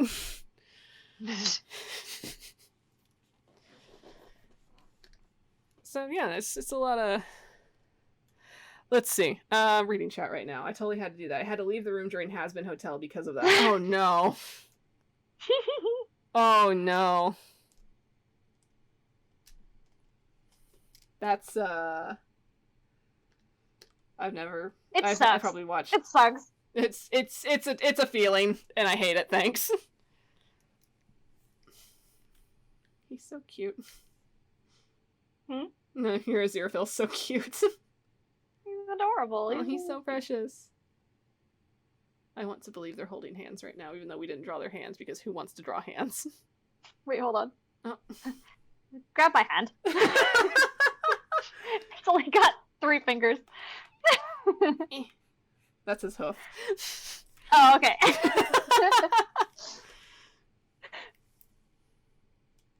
Well, no, he's a snake. He doesn't have hands. He's just a snake. He's just a snake. He's just a snake. Oh, they're Crowley. so cute. Crowley for best snake. I just remember even before watching it, you're just like, you're gonna like this guy. He's your type. I was like, He's thanks. your type. He's your type because he's played by David Tennant. He's very leggy, and he's yes. Ugh. Swoon. Swoon every time. Oh goodness. They're cute now. They're so cute. They're precious. 10 out of 10 best husbands. And it's canon. Perfect. Perfect. They're wonderful and adorable and precious. I'm the snake. Oh, that's right. That was the thing he said. I'm not just a snake. I'm the snake. I loved how he always called him Angel. That was precious. Like it could be taken. It's a pet name. I mean, it could be taken in the literal sense of he's calling him what he is, but to me, it's a pet name. It's totally a pet name. It's a pet name. I think I messaged you like, oh, I see where people are getting this, and you're like, no, it's canon. I'm like, oh my god. I'm like, no, it literally is canon. Everything that is happening, yes, it's what you think it is. It's not them trying to play it off as something else. No, they are literally married. I love it. It's perfect. They're so cute. But yeah, I love them both, protag wise for sure. And like back to the anti-hero thing. Yeah. Because they both kind of had anti-hero tendencies too. Because like, you know, Aziraphale was kind of the bumbling idiot kind of treated person. Mm-hmm. They both were kind of. I mean, they were both dumbasses in their own rights. Yeah. Underdog kind of thing, but they kind of save everything. They kind of sort of save everything. Speaking of, our boys in the comic are kind of following that. The two halves of a whole idiot trying to save the world. Yes. Let me save these two real quick, and we can draw those guys. Oh yeah, let's do that. Heroes, husbands.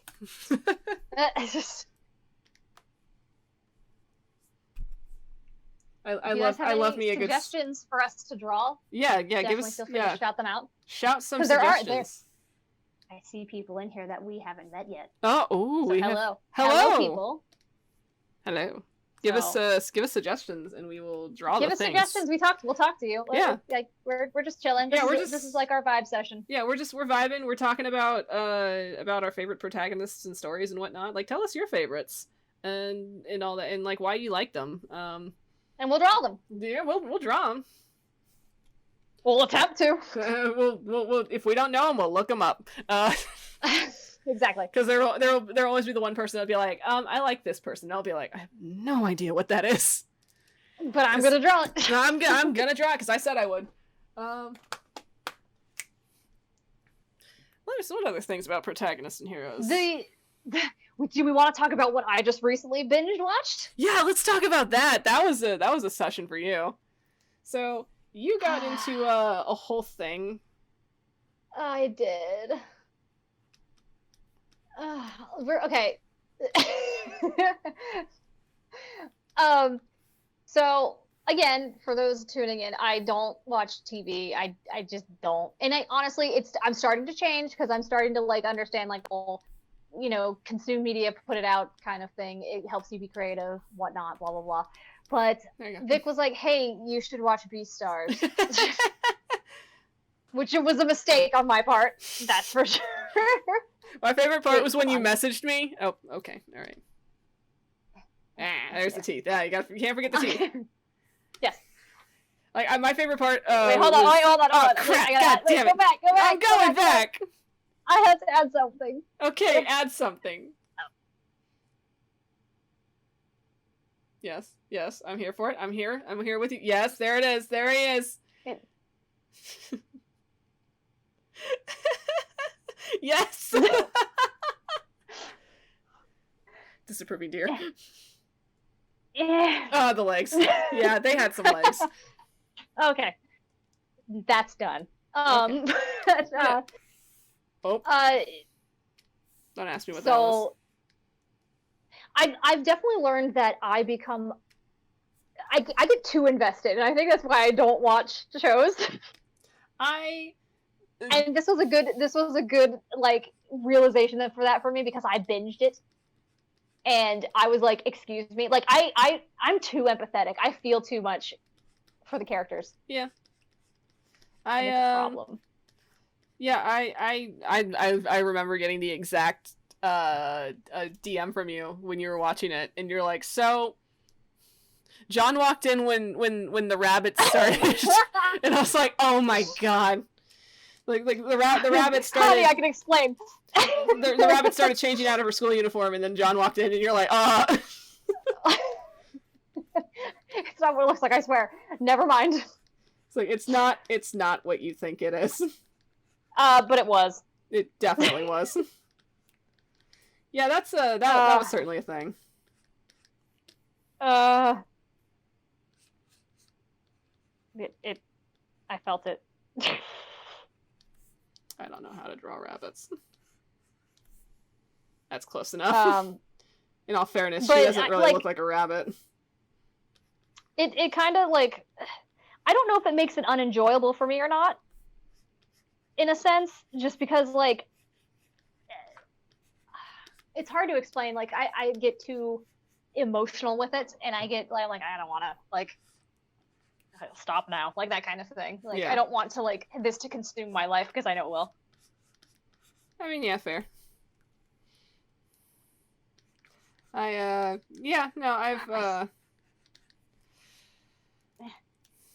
oh man, I'm trying to think. There was like, I think sometimes there are some shows that I cannot finish because I think it reaches a point where I realize nothing good is going to come from this, and I'm not going to receive any happiness. So I'm just going to stop watching it. Yeah, there's this was not one of those shows. Between there's hope. I from what I've heard, I don't know. People have I know Tabitha read the manga. She's told me some things about it, but not everything. So I'm like, I'm just gonna watch season 2 and see what happens. If it doesn't get any better, then I won't continue. That's just how I do things. It's like, if this is not bringing me joy, I will stop. If it does not bring you joy, then throw it out. Then throw it away. Yeah, right. Like, yeah, I get the whole sense of like not having hope, like be a thing, because I think we've discussed this before about like, don't get me wrong, I love me some like trauma. I love all of that. I think it's great. I love things that don't always have a happy ending, but you can't have it constantly. Like, at least if like there's a bad ending to a story, it's at the end. Tabitha's in chat telling me that it gets better. She swears. I don't trust you. Don't lie to me.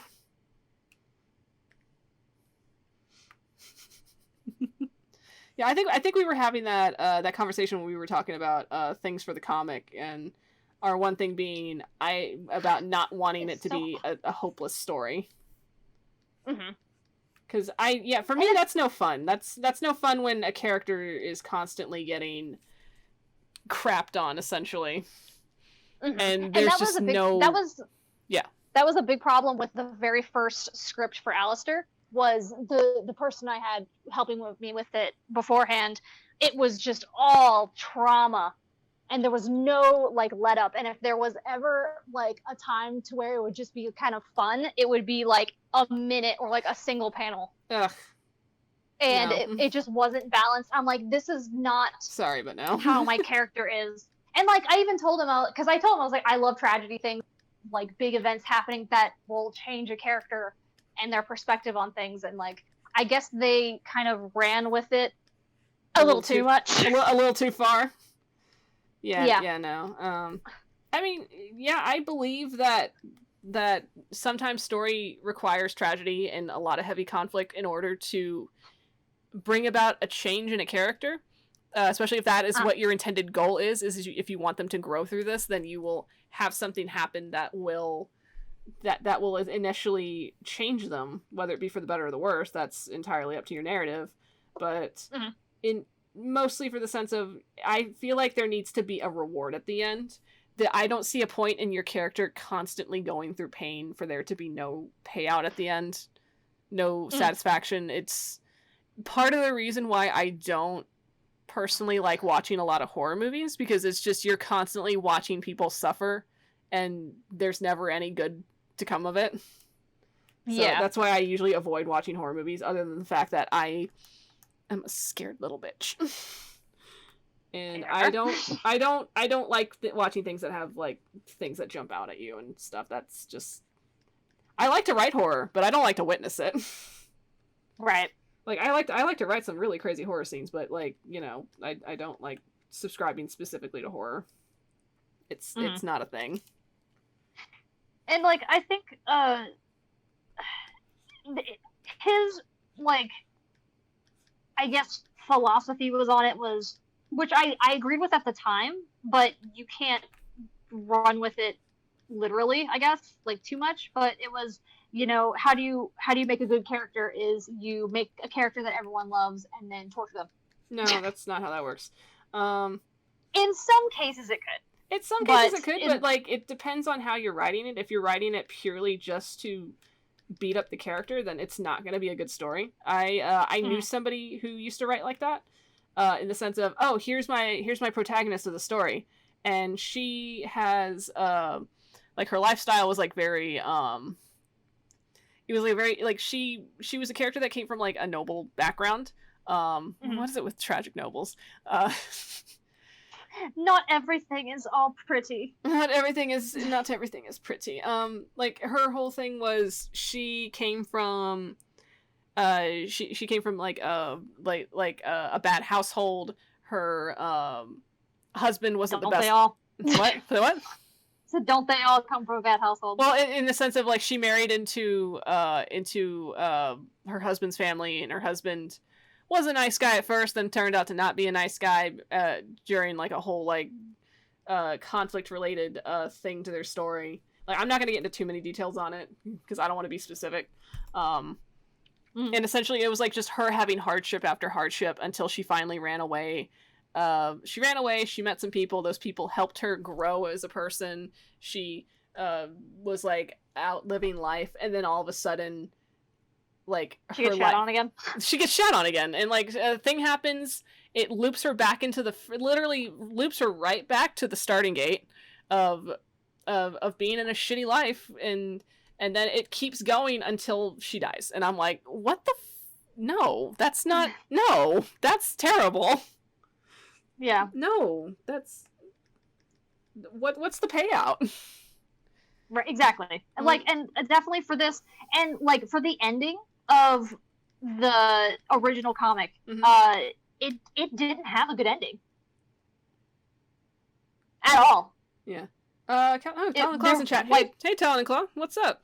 Y'all got some characters you want us to draw? Because we'll draw them. Heck yeah. We're just drawing Beastars characters. Yeah, we're just drawing Beastars now because that's the latest show that Lynn has watched.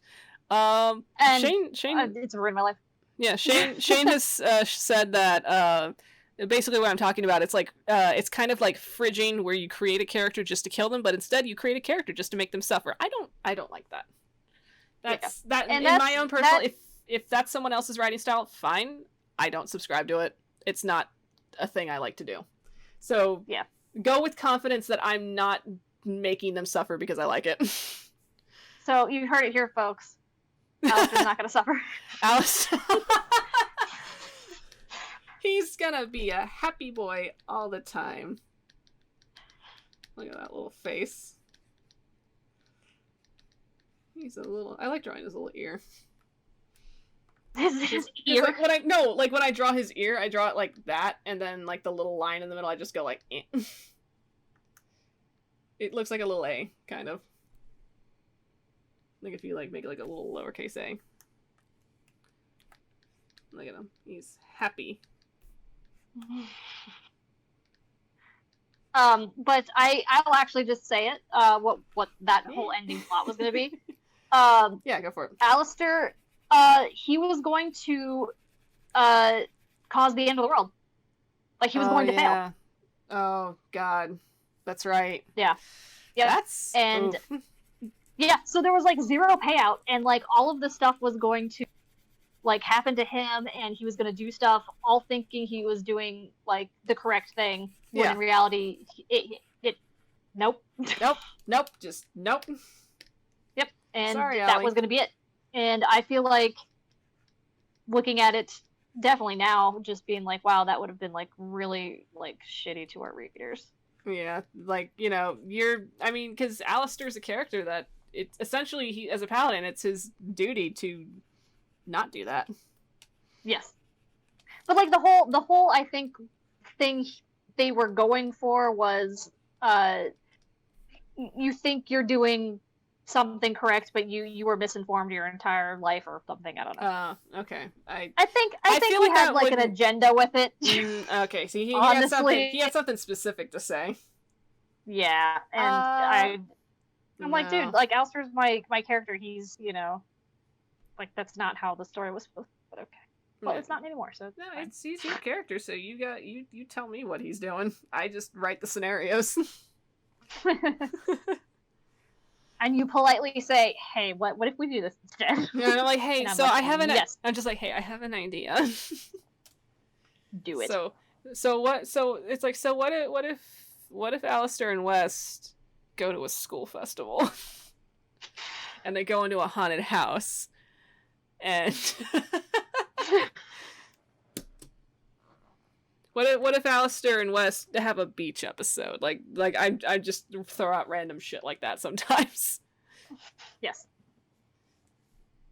But yeah, there was definitely no payout, nothing with that, and I'm glad it didn't, go further, honestly. Me personally, as somebody who now has the opportunity to write for this comic, I'm glad it didn't go further because I get to make a really cool story about some awesome bros. Some bros! Oh, hey, Talon and Claws, they said that they just finished their first stream, and they were stopping by to say hi. Hi, I hope you had a good stream. It seemed like it was a lot of fun. I'm sorry I couldn't be there because I was drawing things. I like how you draw Legoshi. Huh? I like how you draw Legoshi. Nervous. Nervous boy. I just want to pat him on the snout and be like, who's a good boy? Eh. Eh. Okay. Alright, oh. Question for you, because Tabitha mentioned it to me when she first watched Beastars. She told me that Legoshi reminded her of West. Did you get that same vibe? With certain things that happen and how he reacts to it, absolutely. Yeah. Mostly because you're like, hey, you should watch this for reasons. And I was like, oh. And then you saw the reasons and you're like, oh. I screenshot them and I sent them to you and I'm like, oh. You're like, oh, I see. Sometimes I write things and yeah. Sometimes you write things. Sometimes I write things and then Lynn looks at me and is like, I see what you did there. I see what you did there. I think I'm clever. Yeah, so yeah, if anybody has any suggestions or like wants to give their varying opinion, feel free to do so in chat. We always like hearing outside opinions while we sit here and just talk nonstop while we draw things. It's fun. It's so much fun. He's such a cute boy. Oh my goodness. Mm-hmm. And I think like Legoshi's a good idea of like the atypical like protagonist. If you don't mind, I'm just gonna do a thing because how you drew Legoshi, it kind of makes me think of a certain boy in my life. If I just Yep, I knew. Yep. There he is. There's my boy. Aww. He's so nervous. He's such a nervous bean. Champ is like the opposite of nervous. Oh, you're actually using your bed. Good job. There. Yeah, atypical hero, like him, protag, great. I think he's a fun character, and like I don't relate to him really. I relate to him in the sense of being tall and nervous all the time. And like even I forgot her name, the bunny. Haru, that's right. Yeah. Like even with her, she's a protagonist as well. I don't relate to her at all. Oh God, no, I do not. Not even in the slightest. Like I relate to her like in the sense of Statue. I understand, but I don't know. That's what it is. That's the thing and my attraction to deer apparently. Yeah, let's talk about Louis as a character. God, he is a mash of my two main characters. Yes. So much. It's disgusting.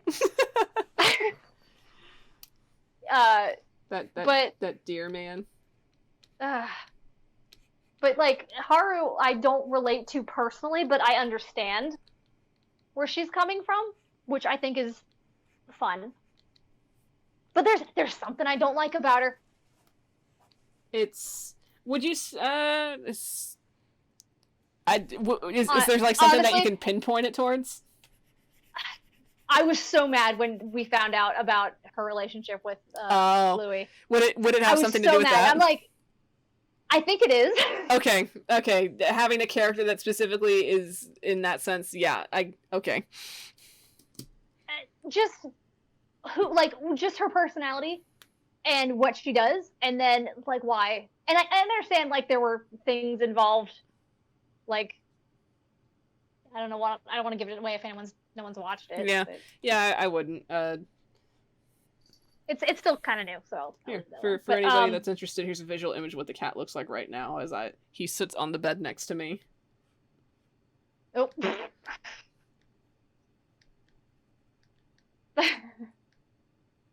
He's just like hanging out like this, just like that, just there. That's what he looks like right now. It's an important update. Thank you. Oh my God. But yeah, I don't know. I don't like that about her. Okay. I don't even care. Like, I don't even care that she does that with like other situations. But because it's that person, I hate it. It's just her as the character itself. Like, because it's like if it was with any other character, it wouldn't be an issue. But just because it's her and how she, oh my goodness, oh my God, oh, he got upset. He's got opinions. He's so mad. He has opinions.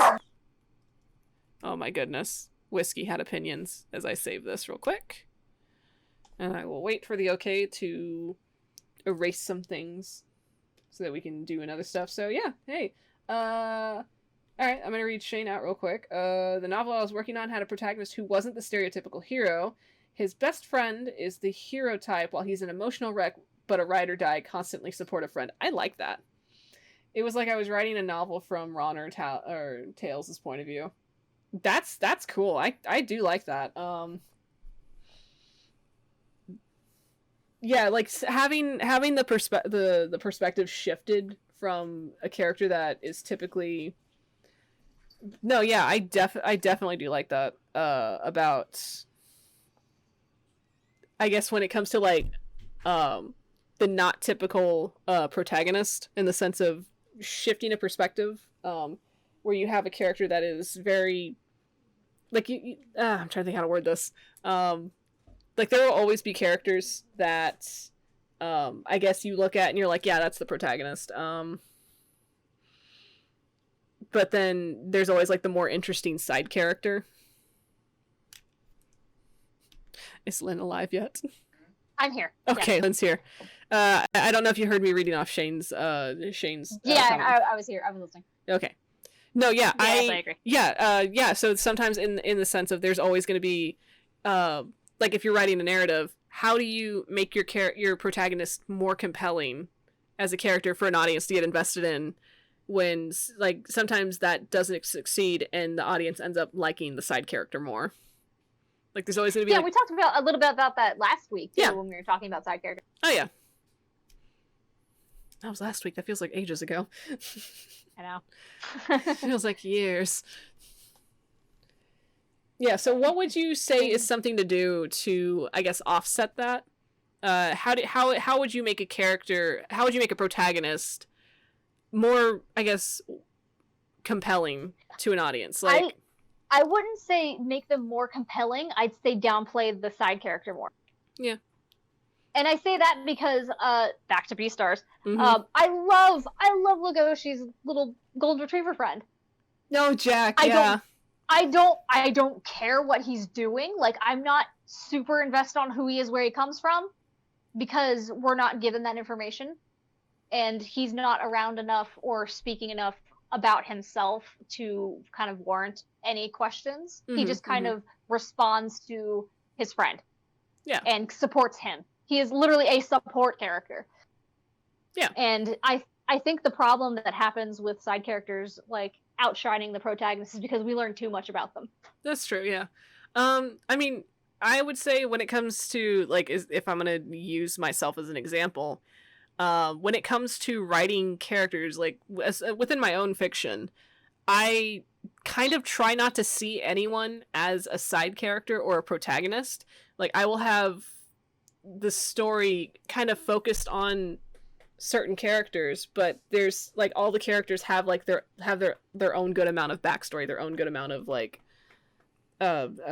conflict and I guess things they gotta do that revolve within that realm of narrative. So I guess for me, I try not to see anyone as a protagonist or a side character. I try to, like, treat them all equally, in a sense.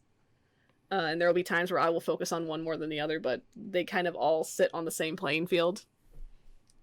And I don't know if that has to do with things I've watched growing up or read or consumed. Consumed. Yes, John. No, he's talking to me, sorry. I told him it was really hot in the apartment, and he's just like, oh, it's because you have the... Yeah.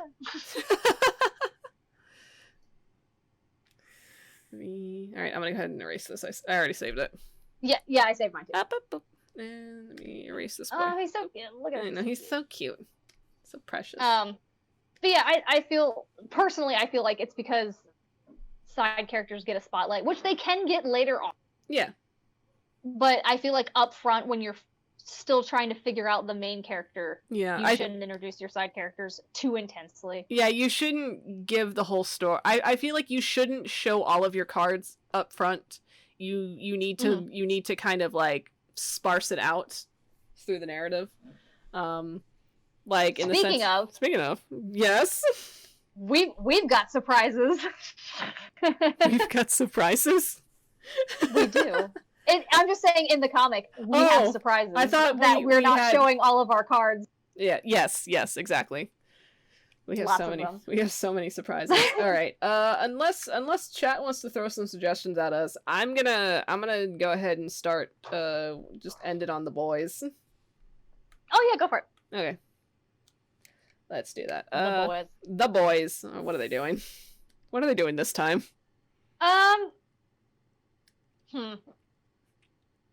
Last time we drew them kind of like Scooby-Doo catching each other and screaming at a ghost. That was funny. That was fun.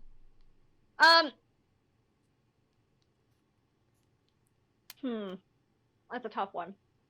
What are the bros doing today? They're protagonists. Yeah, what are the protagonists doing today? Protag. Aw. Do Alistair teaching West how to read. Oh my god. Oh no, that's so cute. So make a little chibis, it'll be fine. Oh, that's Nothing gonna too be intense. So cute.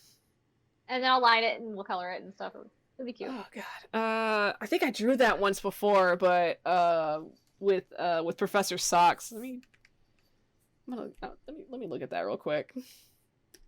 How did I draw Alistair's teaching West how to read, and the book is upside down. The book's upside down, Both or he's books just are upside down. Oh, they're so cute. Let me look at my folder real quick. I know I drew that at one point in, like, one of the many draw piles that we did beforehand.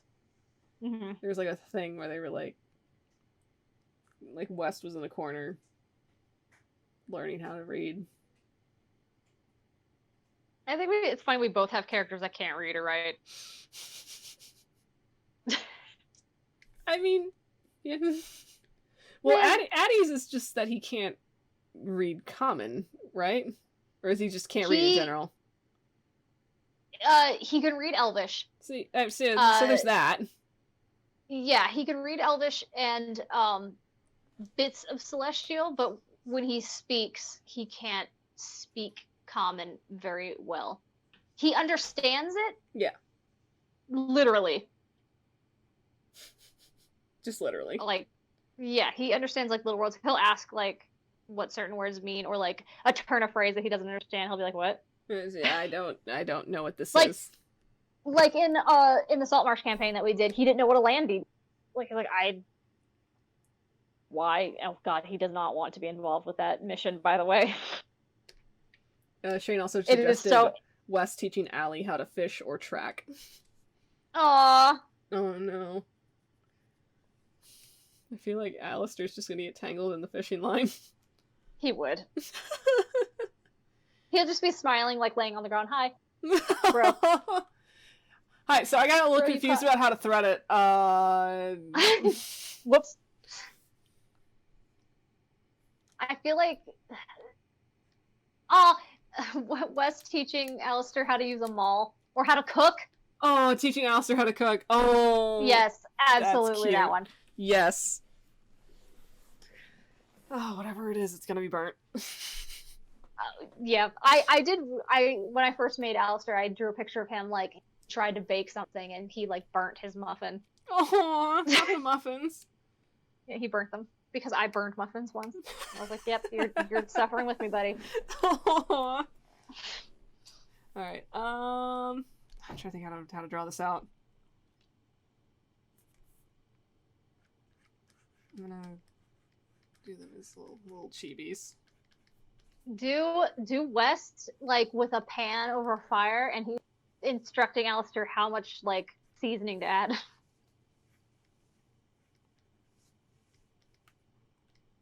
Oh, I love West. He's so cute.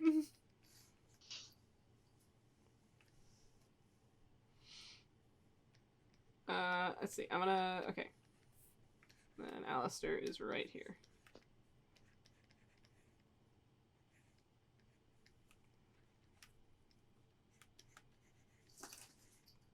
Aw. For a second, I thought you were gonna do like the arms behind kind of thing, like in Ghost. Oh God! Like with the pants. Okay, I'm trying to think how to. He's so focused.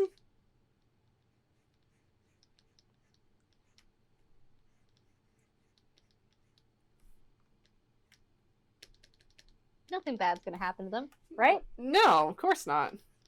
This is a wholesome adventure where they're just gonna hang out and teach each other things.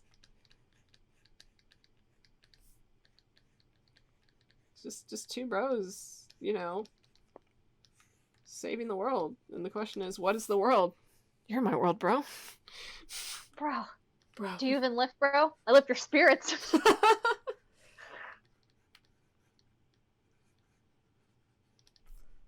Okay, I'm trying to figure out how to draw Alistair holding this pan, like, super inexperienced. He's holding the actual pan part. Oh, no! Aww. Which is funny because, like, in the AUs that we've done with, he knows how to cook because he grew up in an orphanage. And he would take care of the kids. Yep, that's right. Looks like he has a wok. It's supposed to be a cast iron. I think it's because they're just tiny. Yeah, they're just really tiny. As he's trying to like cook it on the little fire. Let me move them up a little. There we go.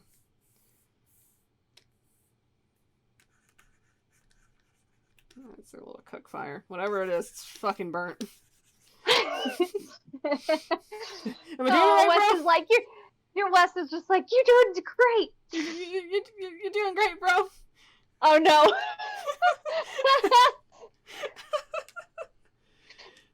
He's just enthusiastic. Oh god. A thumbs up. Yeah, bro. You did it. You did it. You cooked something. You didn't cook it good, but you cooked something. You are definitely holding that pan. Oh, bless them. Oh, this is so precious. A little cutting board over here, and then just stuff on it, and oh my goodness, this is too much.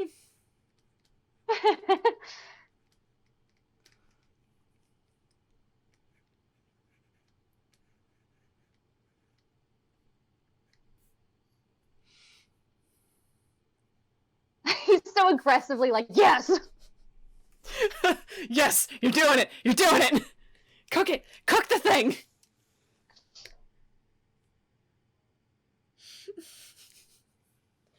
It's okay if it's a little burnt. It just means it has more flavor. Well, we can peel that part off. It's fine. It's fine. It's just the skin. As long as the meat's good.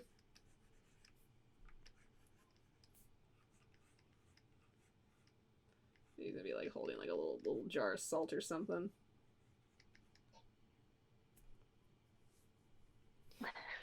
This is so cute. I love this.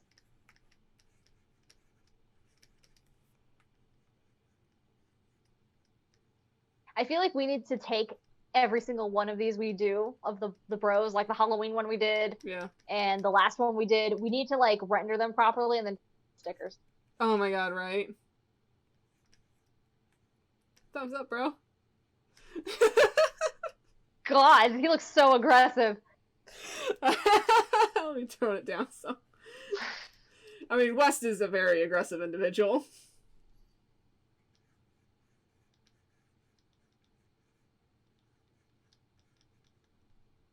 There we go. He's a little intense. Can I have Jay on in the background just being upset?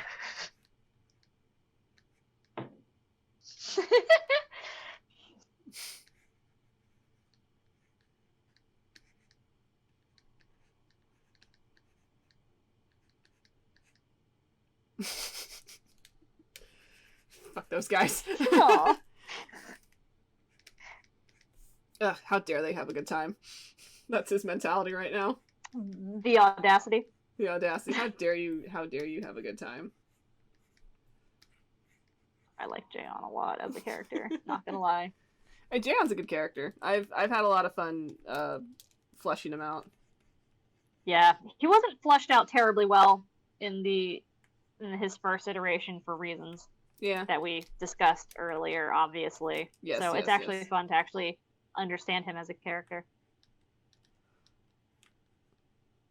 I think he's going to be a more popular one, probably. Probably, maybe. I hope so. know. I certainly try to write them in a way that does them justice as a character. Mm-hmm. Oh, he's so cute. He's so focused. Then it's just like, I don't know, like meat in a pan. It's definitely black.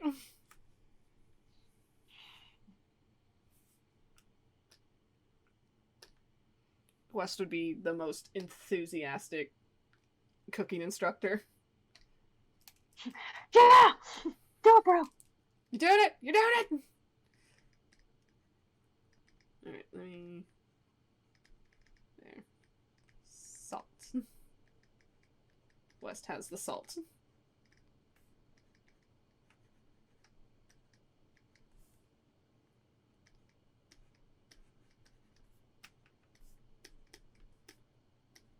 I'm gonna make them have, like, comically large muscles. I mean, yeah, that makes sense.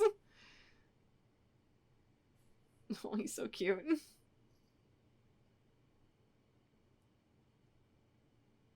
This would make such a good sticker.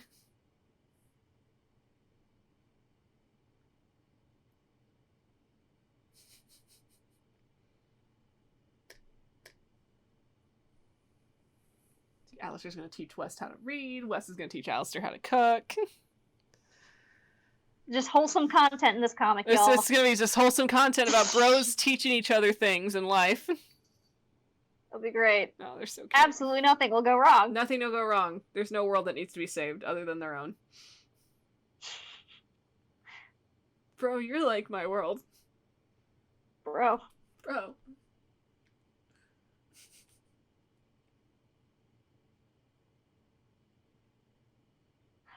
I always have a hard time trying to figure out how tan I need to make Alistair. He's a tan redhead. It's weird. I will say, when you pick his colors, he is a tan pink skin tone. Okay, pink skin tone. That's where I needed to go. And Grayson is the palish, but he's also on the like olive skin. Yeah. So he has like a yellow base. So that is something that I specifically did.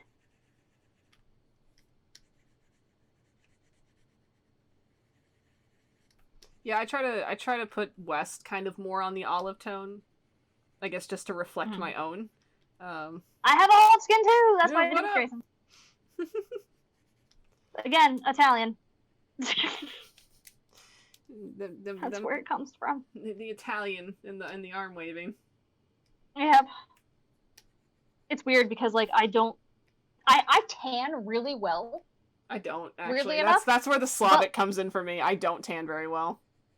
I do tan well. I do burn, but I do tan like really well. But the thing is like my husband has like a red based skin tone, so when he tans, he turns like that red kind of tan, and I turn like a yellowish green kind of tan. It's weird. I just burn. That's all I do. The thing is, I don't go in the sun, so I don't remember what the sun looks like. I like to go in the sun, but it's just when I do, I burn, and that's all I do. Like I'll burn, and then it peels off, and then I'm back to being pale again. Like I don't. So it's like, oh, that was short lived. Yeah, it's like there's no tan.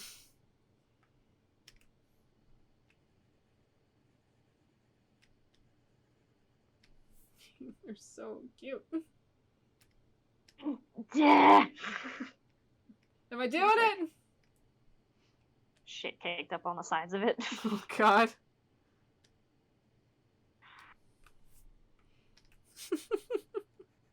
He tried so hard. And he got so far.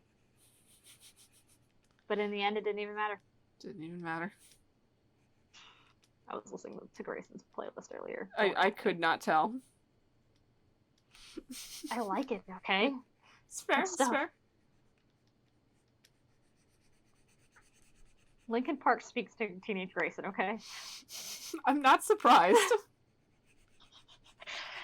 It's fine, I have a whole Disgrace playlist and it's like a lot of MCR.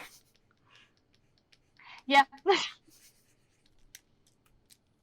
And it's funny though because I have that 18 song on their playlist too, on Gray's playlist. Yeah. And I'm like, oops. I remember I put that on my playlist, and like 2 days later, you come at me, you're like, hey, there's this song. So here's this song Bro. that I think you should put on Grayson's playlist. And you're like, I'm there.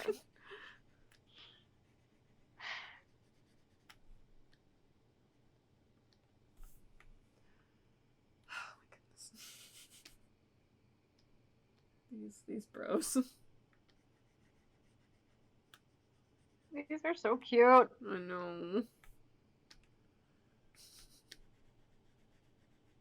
Just love how enthusiastic they are about everything. They can lift each other up spiritually and physically.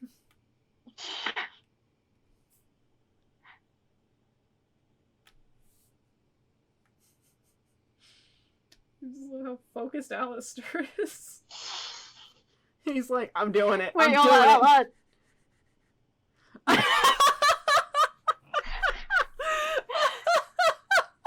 Oh, god damn it.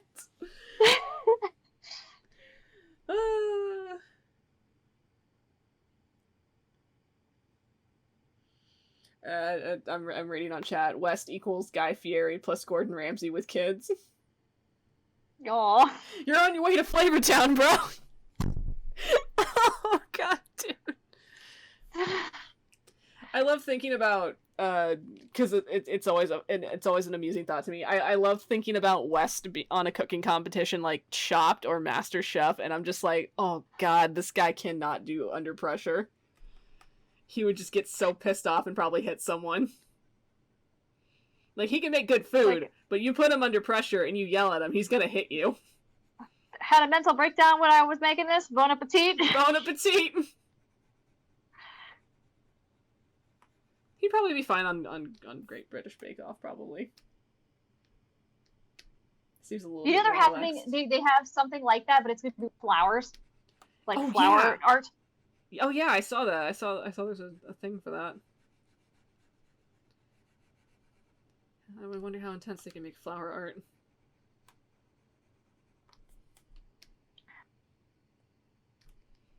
Because, like, baking on a time limit is stressful as hell. Mm-hmm.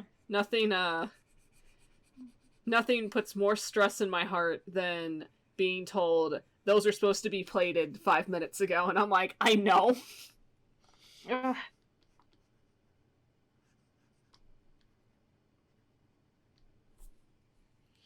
It's like, I know, Shove. I know. Things happened. Life happens. Life happens, the sugar burns, you have to recook the goddamn sugar. Sometimes the buttercream fucking breaks. Sometimes you break your whipped cream, sometimes you burn your fucking cake, sometimes the cake just doesn't come together well enough because you're the only one that's making the cake while your partner's off doing something I don't know what. And so you miss a few ingredients because you're doing 5 things at once at your station. I'm not being specific. You've got some anger in you. Just a tad. That's why I play a barbarian.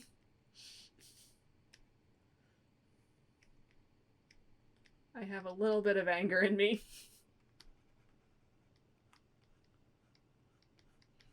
I think Tabitha can confirm more than most people that I am always on the brink of constantly losing my shit during the day. Mm. Like, there's internet persona Vic, but then if you witness Vic in real life, there are so many little things that piss me off through the day that you're just like, okay, whoa, calm down. It's the little things.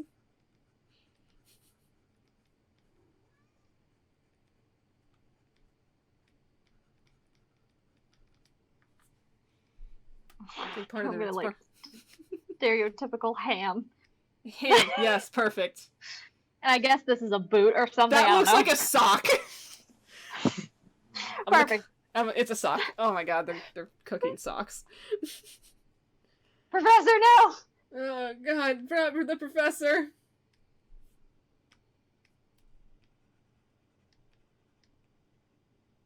I feel like there are flowers here because why not?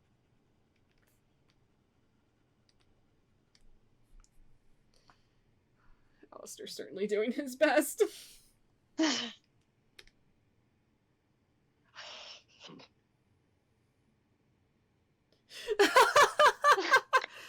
Oh god, I'm just reading chat right now and Shane's just on a roll.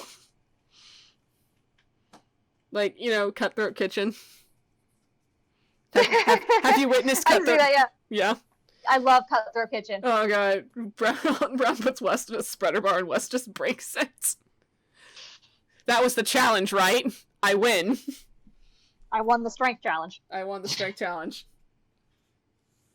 It's like, no, you were supposed to cook while wearing that. Well, it's broken now, so now I can't. I'm still wearing it, it's just that it's broken now. This is broken now, so you have to deal with it. I'm still technically wearing it. Alton Brown has some things. He that certainly likes to buy things from specific websites to use on his show. Yes. Did you read the one thing where it's like, oh yeah, my friend met Alton Brown in like a convention or like an airport or something, and Alton Brown just immediately demanded, "Give me your pocket watch." Like you could tell this guy gives orders. You could tell like, this guy specifically gives orders. Oh yeah. and it's like, what was more surprising to you, the fact that he said that to your friend, or the fact that your friend obeyed? It's like, that's a terrible. No. That's a terrible way to find out where your friend is on the spectrum. All right. They're just cooking a sock. Maybe that's what's burning in the pot. Old sock. It's an old sock. There's your ham. Ham. Just ham there.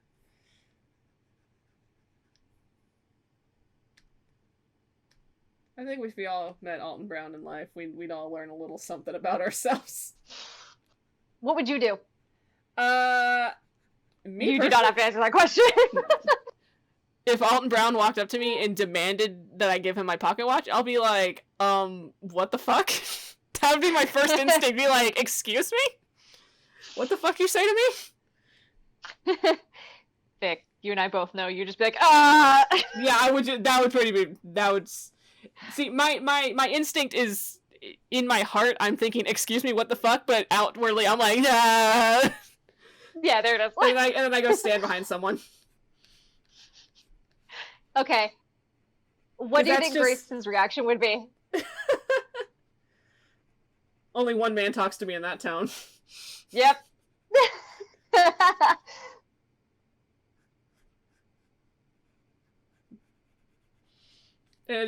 gotta say, that's one of my favorite things about Grayson, is that he loves getting told what to do. But he'll put up a fight the entire time. He'll put up such a fight the entire time, but then it's like, then he'll find the one person that'll do it, and he'll be like, oh yes. He'll be like, fuck you. No, don't stop. What are you doing? Don't stop, you idiot. I forgot to color West this whole time. I was so focused on the food. The boy's just in the ether right now. That's orange. That's a little orange. I'm trying to West find was that. in the mud. I'm trying to find the right color for him. Would you consider Grayson a brat? Yes. Do you think so? In a certain sense, I would say. Because I know we were talking about him a lot while watching Howl's Moving Castle. Like when I know he's capable of throwing a tantrum, and in me that is the definition of being a brat, is if something doesn't go your way, you immediately throw a tantrum. I don't think he'd immediately throw one, but he'll definitely stew on it. He'll stew on it, and then he'll like hit a point where he will throw a tantrum. Yeah. But the way he is, he likes being challenged, but he'll fight back on it. Yeah. But he loves it. He likes, honestly, and he has that personality trait because of mom. Yeah. Which I know is kind of fucked up, but I just imagined he would be that way because that's the only type of like affection he's ever been shown. Oh man, that's sad. I know. Shane just said that Dis is a brat tamer. I mean, in the sense of when I was given notes on how Dis is as a character, the example I was given was if he is standing in the middle of a hallway or somewhere that's like where he's taking up a lot of room and somebody needs to get by him and they're like, oh, excuse me. He's like, yeah, you're excused. And then he'll just keep standing there. Like that was the character note I was given, and I'm like, yes. And he'll just like make it a point to be there just to piss you off. So how did Gray and Dis get together again? I don't know. It still baffles my brain. I don't know. Just how they both are. I think it's it might have something to do with like their energy, in the sense of Grayson is the one that's like trying to put up a fight about shit, and then Dis is just like, shut the fuck up or I'll sit on you. And he'll be like, yes, please. And then he does, and then Grayson realized it wasn't in the fun way.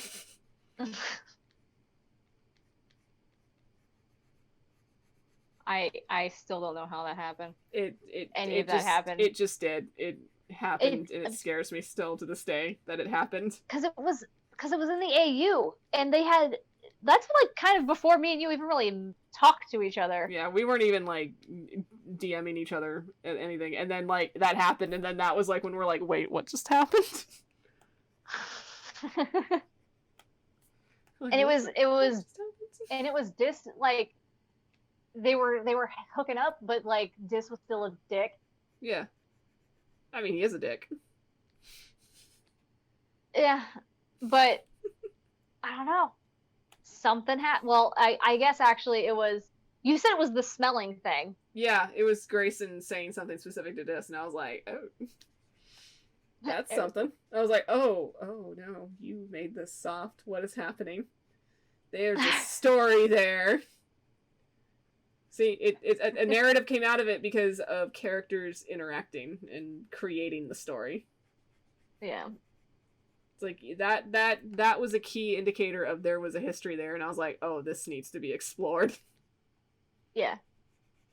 Yeah, that whole shack scene was a thing that happened. That was certainly a thing that happened. Can you imagine if Dis didn't go? I would be very sad. I'm very sad thinking about that. Mm-hmm. I'm very sad thinking about that. Don't make me think about that, Lynn. If he didn't go? If he didn't go, I wouldn't be here drawing West's purple pants. That's true. Don't make me sad. But it did happen. It did happen. And now I'm here drawing West's purple pants as he teaches Alistair how to cook. I know. It's kind of crazy how all of that spiraled from that moment. Oh my god. Those assholes, they started this. They honestly did. Oh my god. That's a weird thought to have. Can I just take a moment and just say that literally I just, without even like testing it, I just grabbed the perfect burlap color. Isn't that the best feeling ever? I was just like, I just nailed it. Yeah, that's burlap. Fuck yeah. Oh my god. Look at them. They're so cute. Alright, I'm gonna erase the sketch layer. Up. Alright.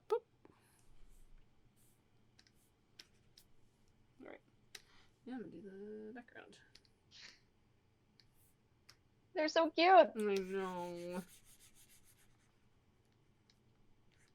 Yeah, bro. Yeah, bro, you're doing it. You're burning the shit out of it, but you're doing it. It's fine. It's fine. Char just adds flavor to it.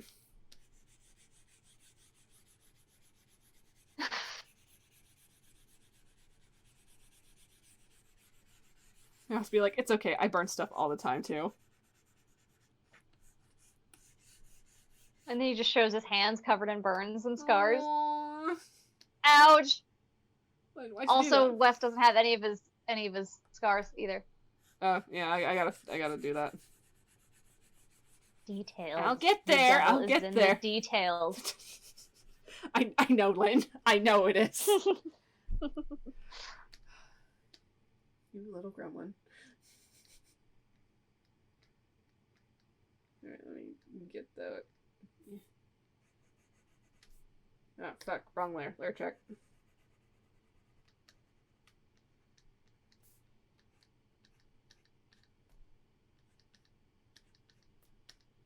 And now I'm gonna just clarify right now: Wes scars will not be consistent in the comic. Yeah, don't look for consistency in West's scars, because they don't exist. Correct. They're just gonna, you know... Every single panel he's in, it's gonna be somewhere different, except for like the main ones. Yeah, it's just, yeah, basically. Because I know there are people that'll like have like a full-on chart about what scar is what, and I'm like, I don't got time for that. And Wes certainly doesn't either. He probably doesn't even remember where he got half of the ones he has. It's just like, what's that one? Fuck if I know. They just move around. They move around. He gets so many that they just kind of like fade over time, and then he gets new ones. Like that's probably what happens. Oh, there you go. That to me makes the most sense. It's like they're just kind of like they're constantly shifting because he's constantly getting new ones.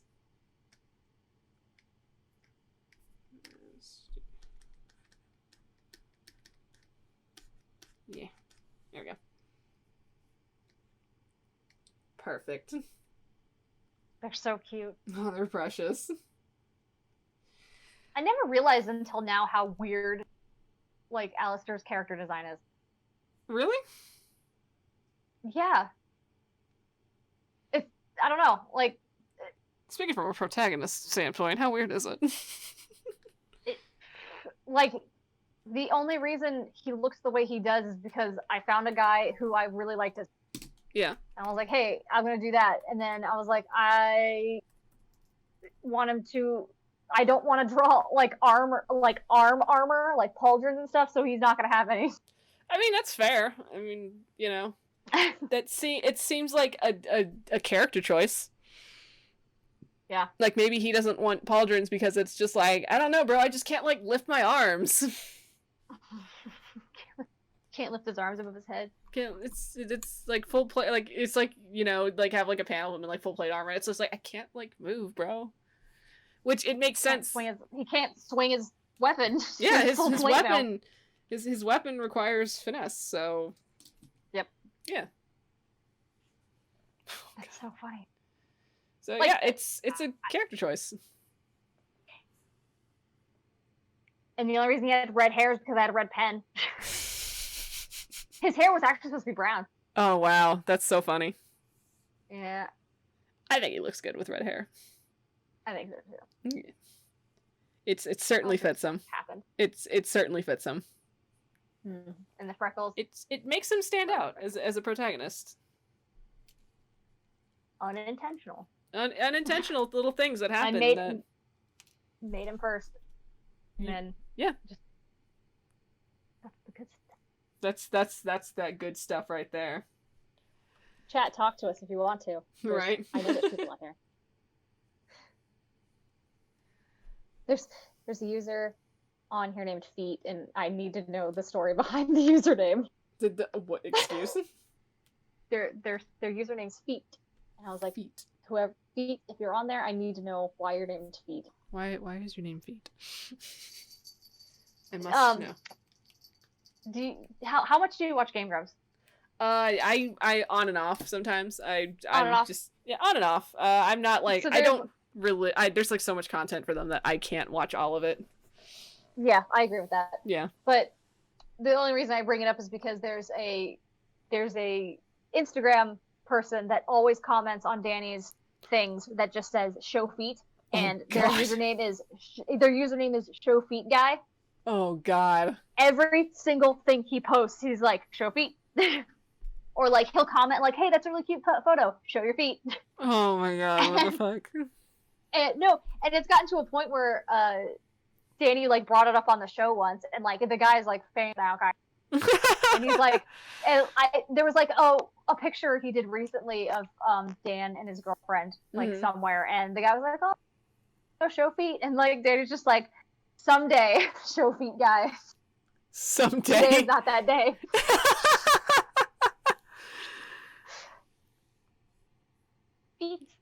Feet. Feet are hard to draw also. They are. Feet are certainly a difficult thing. They're almost as hard as hands, but feet are like in another realm. I'm just gonna say I'm not the person that spends a lot of my time looking at them, so I don't really. Yeah, for sure. I don't stress about drawing feet. Feet. Okay. I think we did it. That's when you know it's time to go lay down. When we start talking about weird stuff, yeah. Yeah, we did it, guys. Another successful night of doodling. And me interviewing Vic. Yes. Oh God. That was a very awkward interview. Hey, you did good. You knew what you're talking about. Do I? Yeah. I feel like I need you to know that this is a very important information that I just noticed because I was looking at it on Twitch. But I have the picture zoomed out precisely to 69%. That's perfect. Nice. Like you knew. I just knew. I didn't know. I just pinch and zoom on the screen to see fit as I see fit. So that's right where I put it. So yeah, guys, That's when you know it's time to go to bed. I'm at 59%. You're at 59? I'm at 69%. It's on Twitch. It's there forever. We did it. We did it.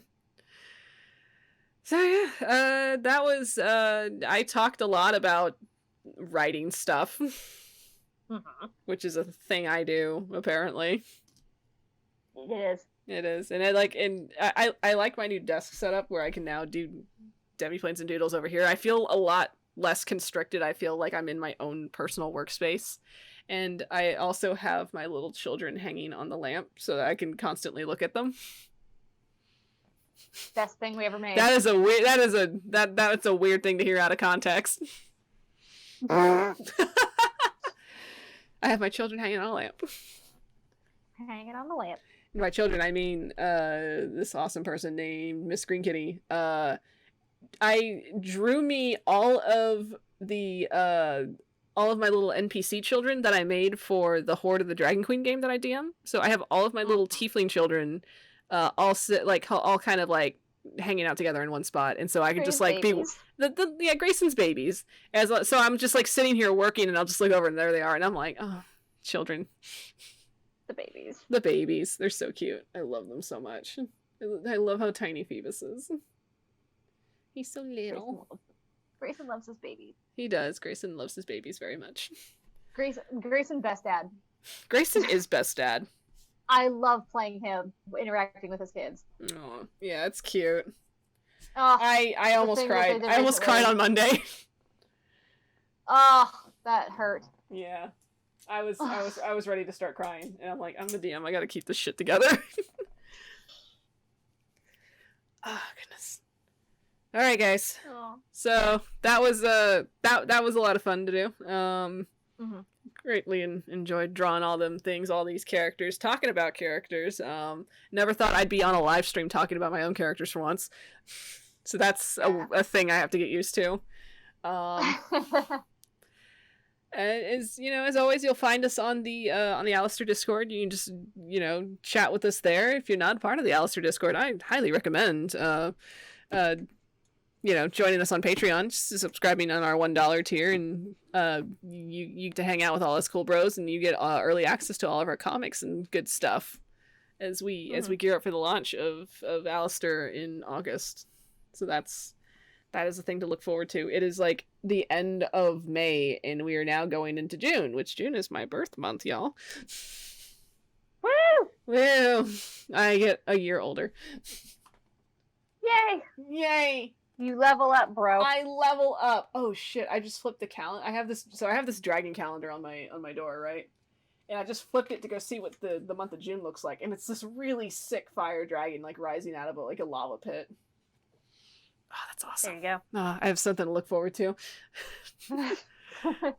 Flipping that calendar. So, all right, guys. Thanks for joining us. Hope to see you next time. Check out all of our other streams. If you ever get a chance. Monday night's going to be our reroll podcast, and we're going to be talking about the difference between playing martial classes and magic classes. And I think I've got some experience playing on both ends of the field now. Because in one campaign, I'm playing a barbarian, West, and then in this really cool Saltmarsh game, I play a bard. So it's a weird field for me to explore, honestly. Yeah, and I can't wait to talk about it. To even have my druid use a sword was weird, but it was a magic. So I don't know if that counts. But still, it's very different from what you're used to playing. Oh, absolutely. I definitely know the spells much more. Mm-hmm. So then, it's just getting into that druid mentality. Ugh, his mentality's fun. It's very hard though. Not playing Grayson for once is weird. It's so weird. It's so bizarre. It's bizarre for me to play a character that's actually eloquent in their speech and knows what they're doing. That's weird for me. And they're charismatic. I can't. Oh, goodness. I was. It's tiring. It's so. Oh my god! It takes a lot out of me.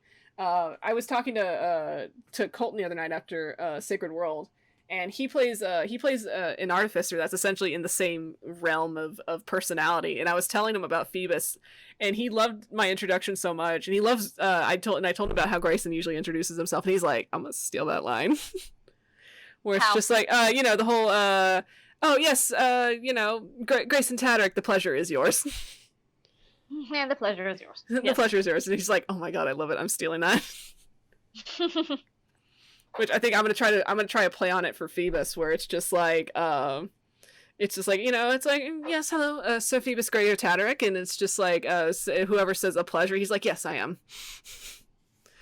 I am a delight. I am absolutely a delight. Thank you very much. So, thanks for noticing. Thank you for noticing. I am absolutely a delight. My father reminds me every day. Ah, Phoebe. I love playing Phoebus. Like, this is such a fun character for me. It's so different from Wes. Phoebus is making plans. Wes is usually the one that's sitting there while everyone's making the plan around him, and then they forget he's there. Yep. That hurt my feelings. Anyway, it's time for bed, guys. Yes.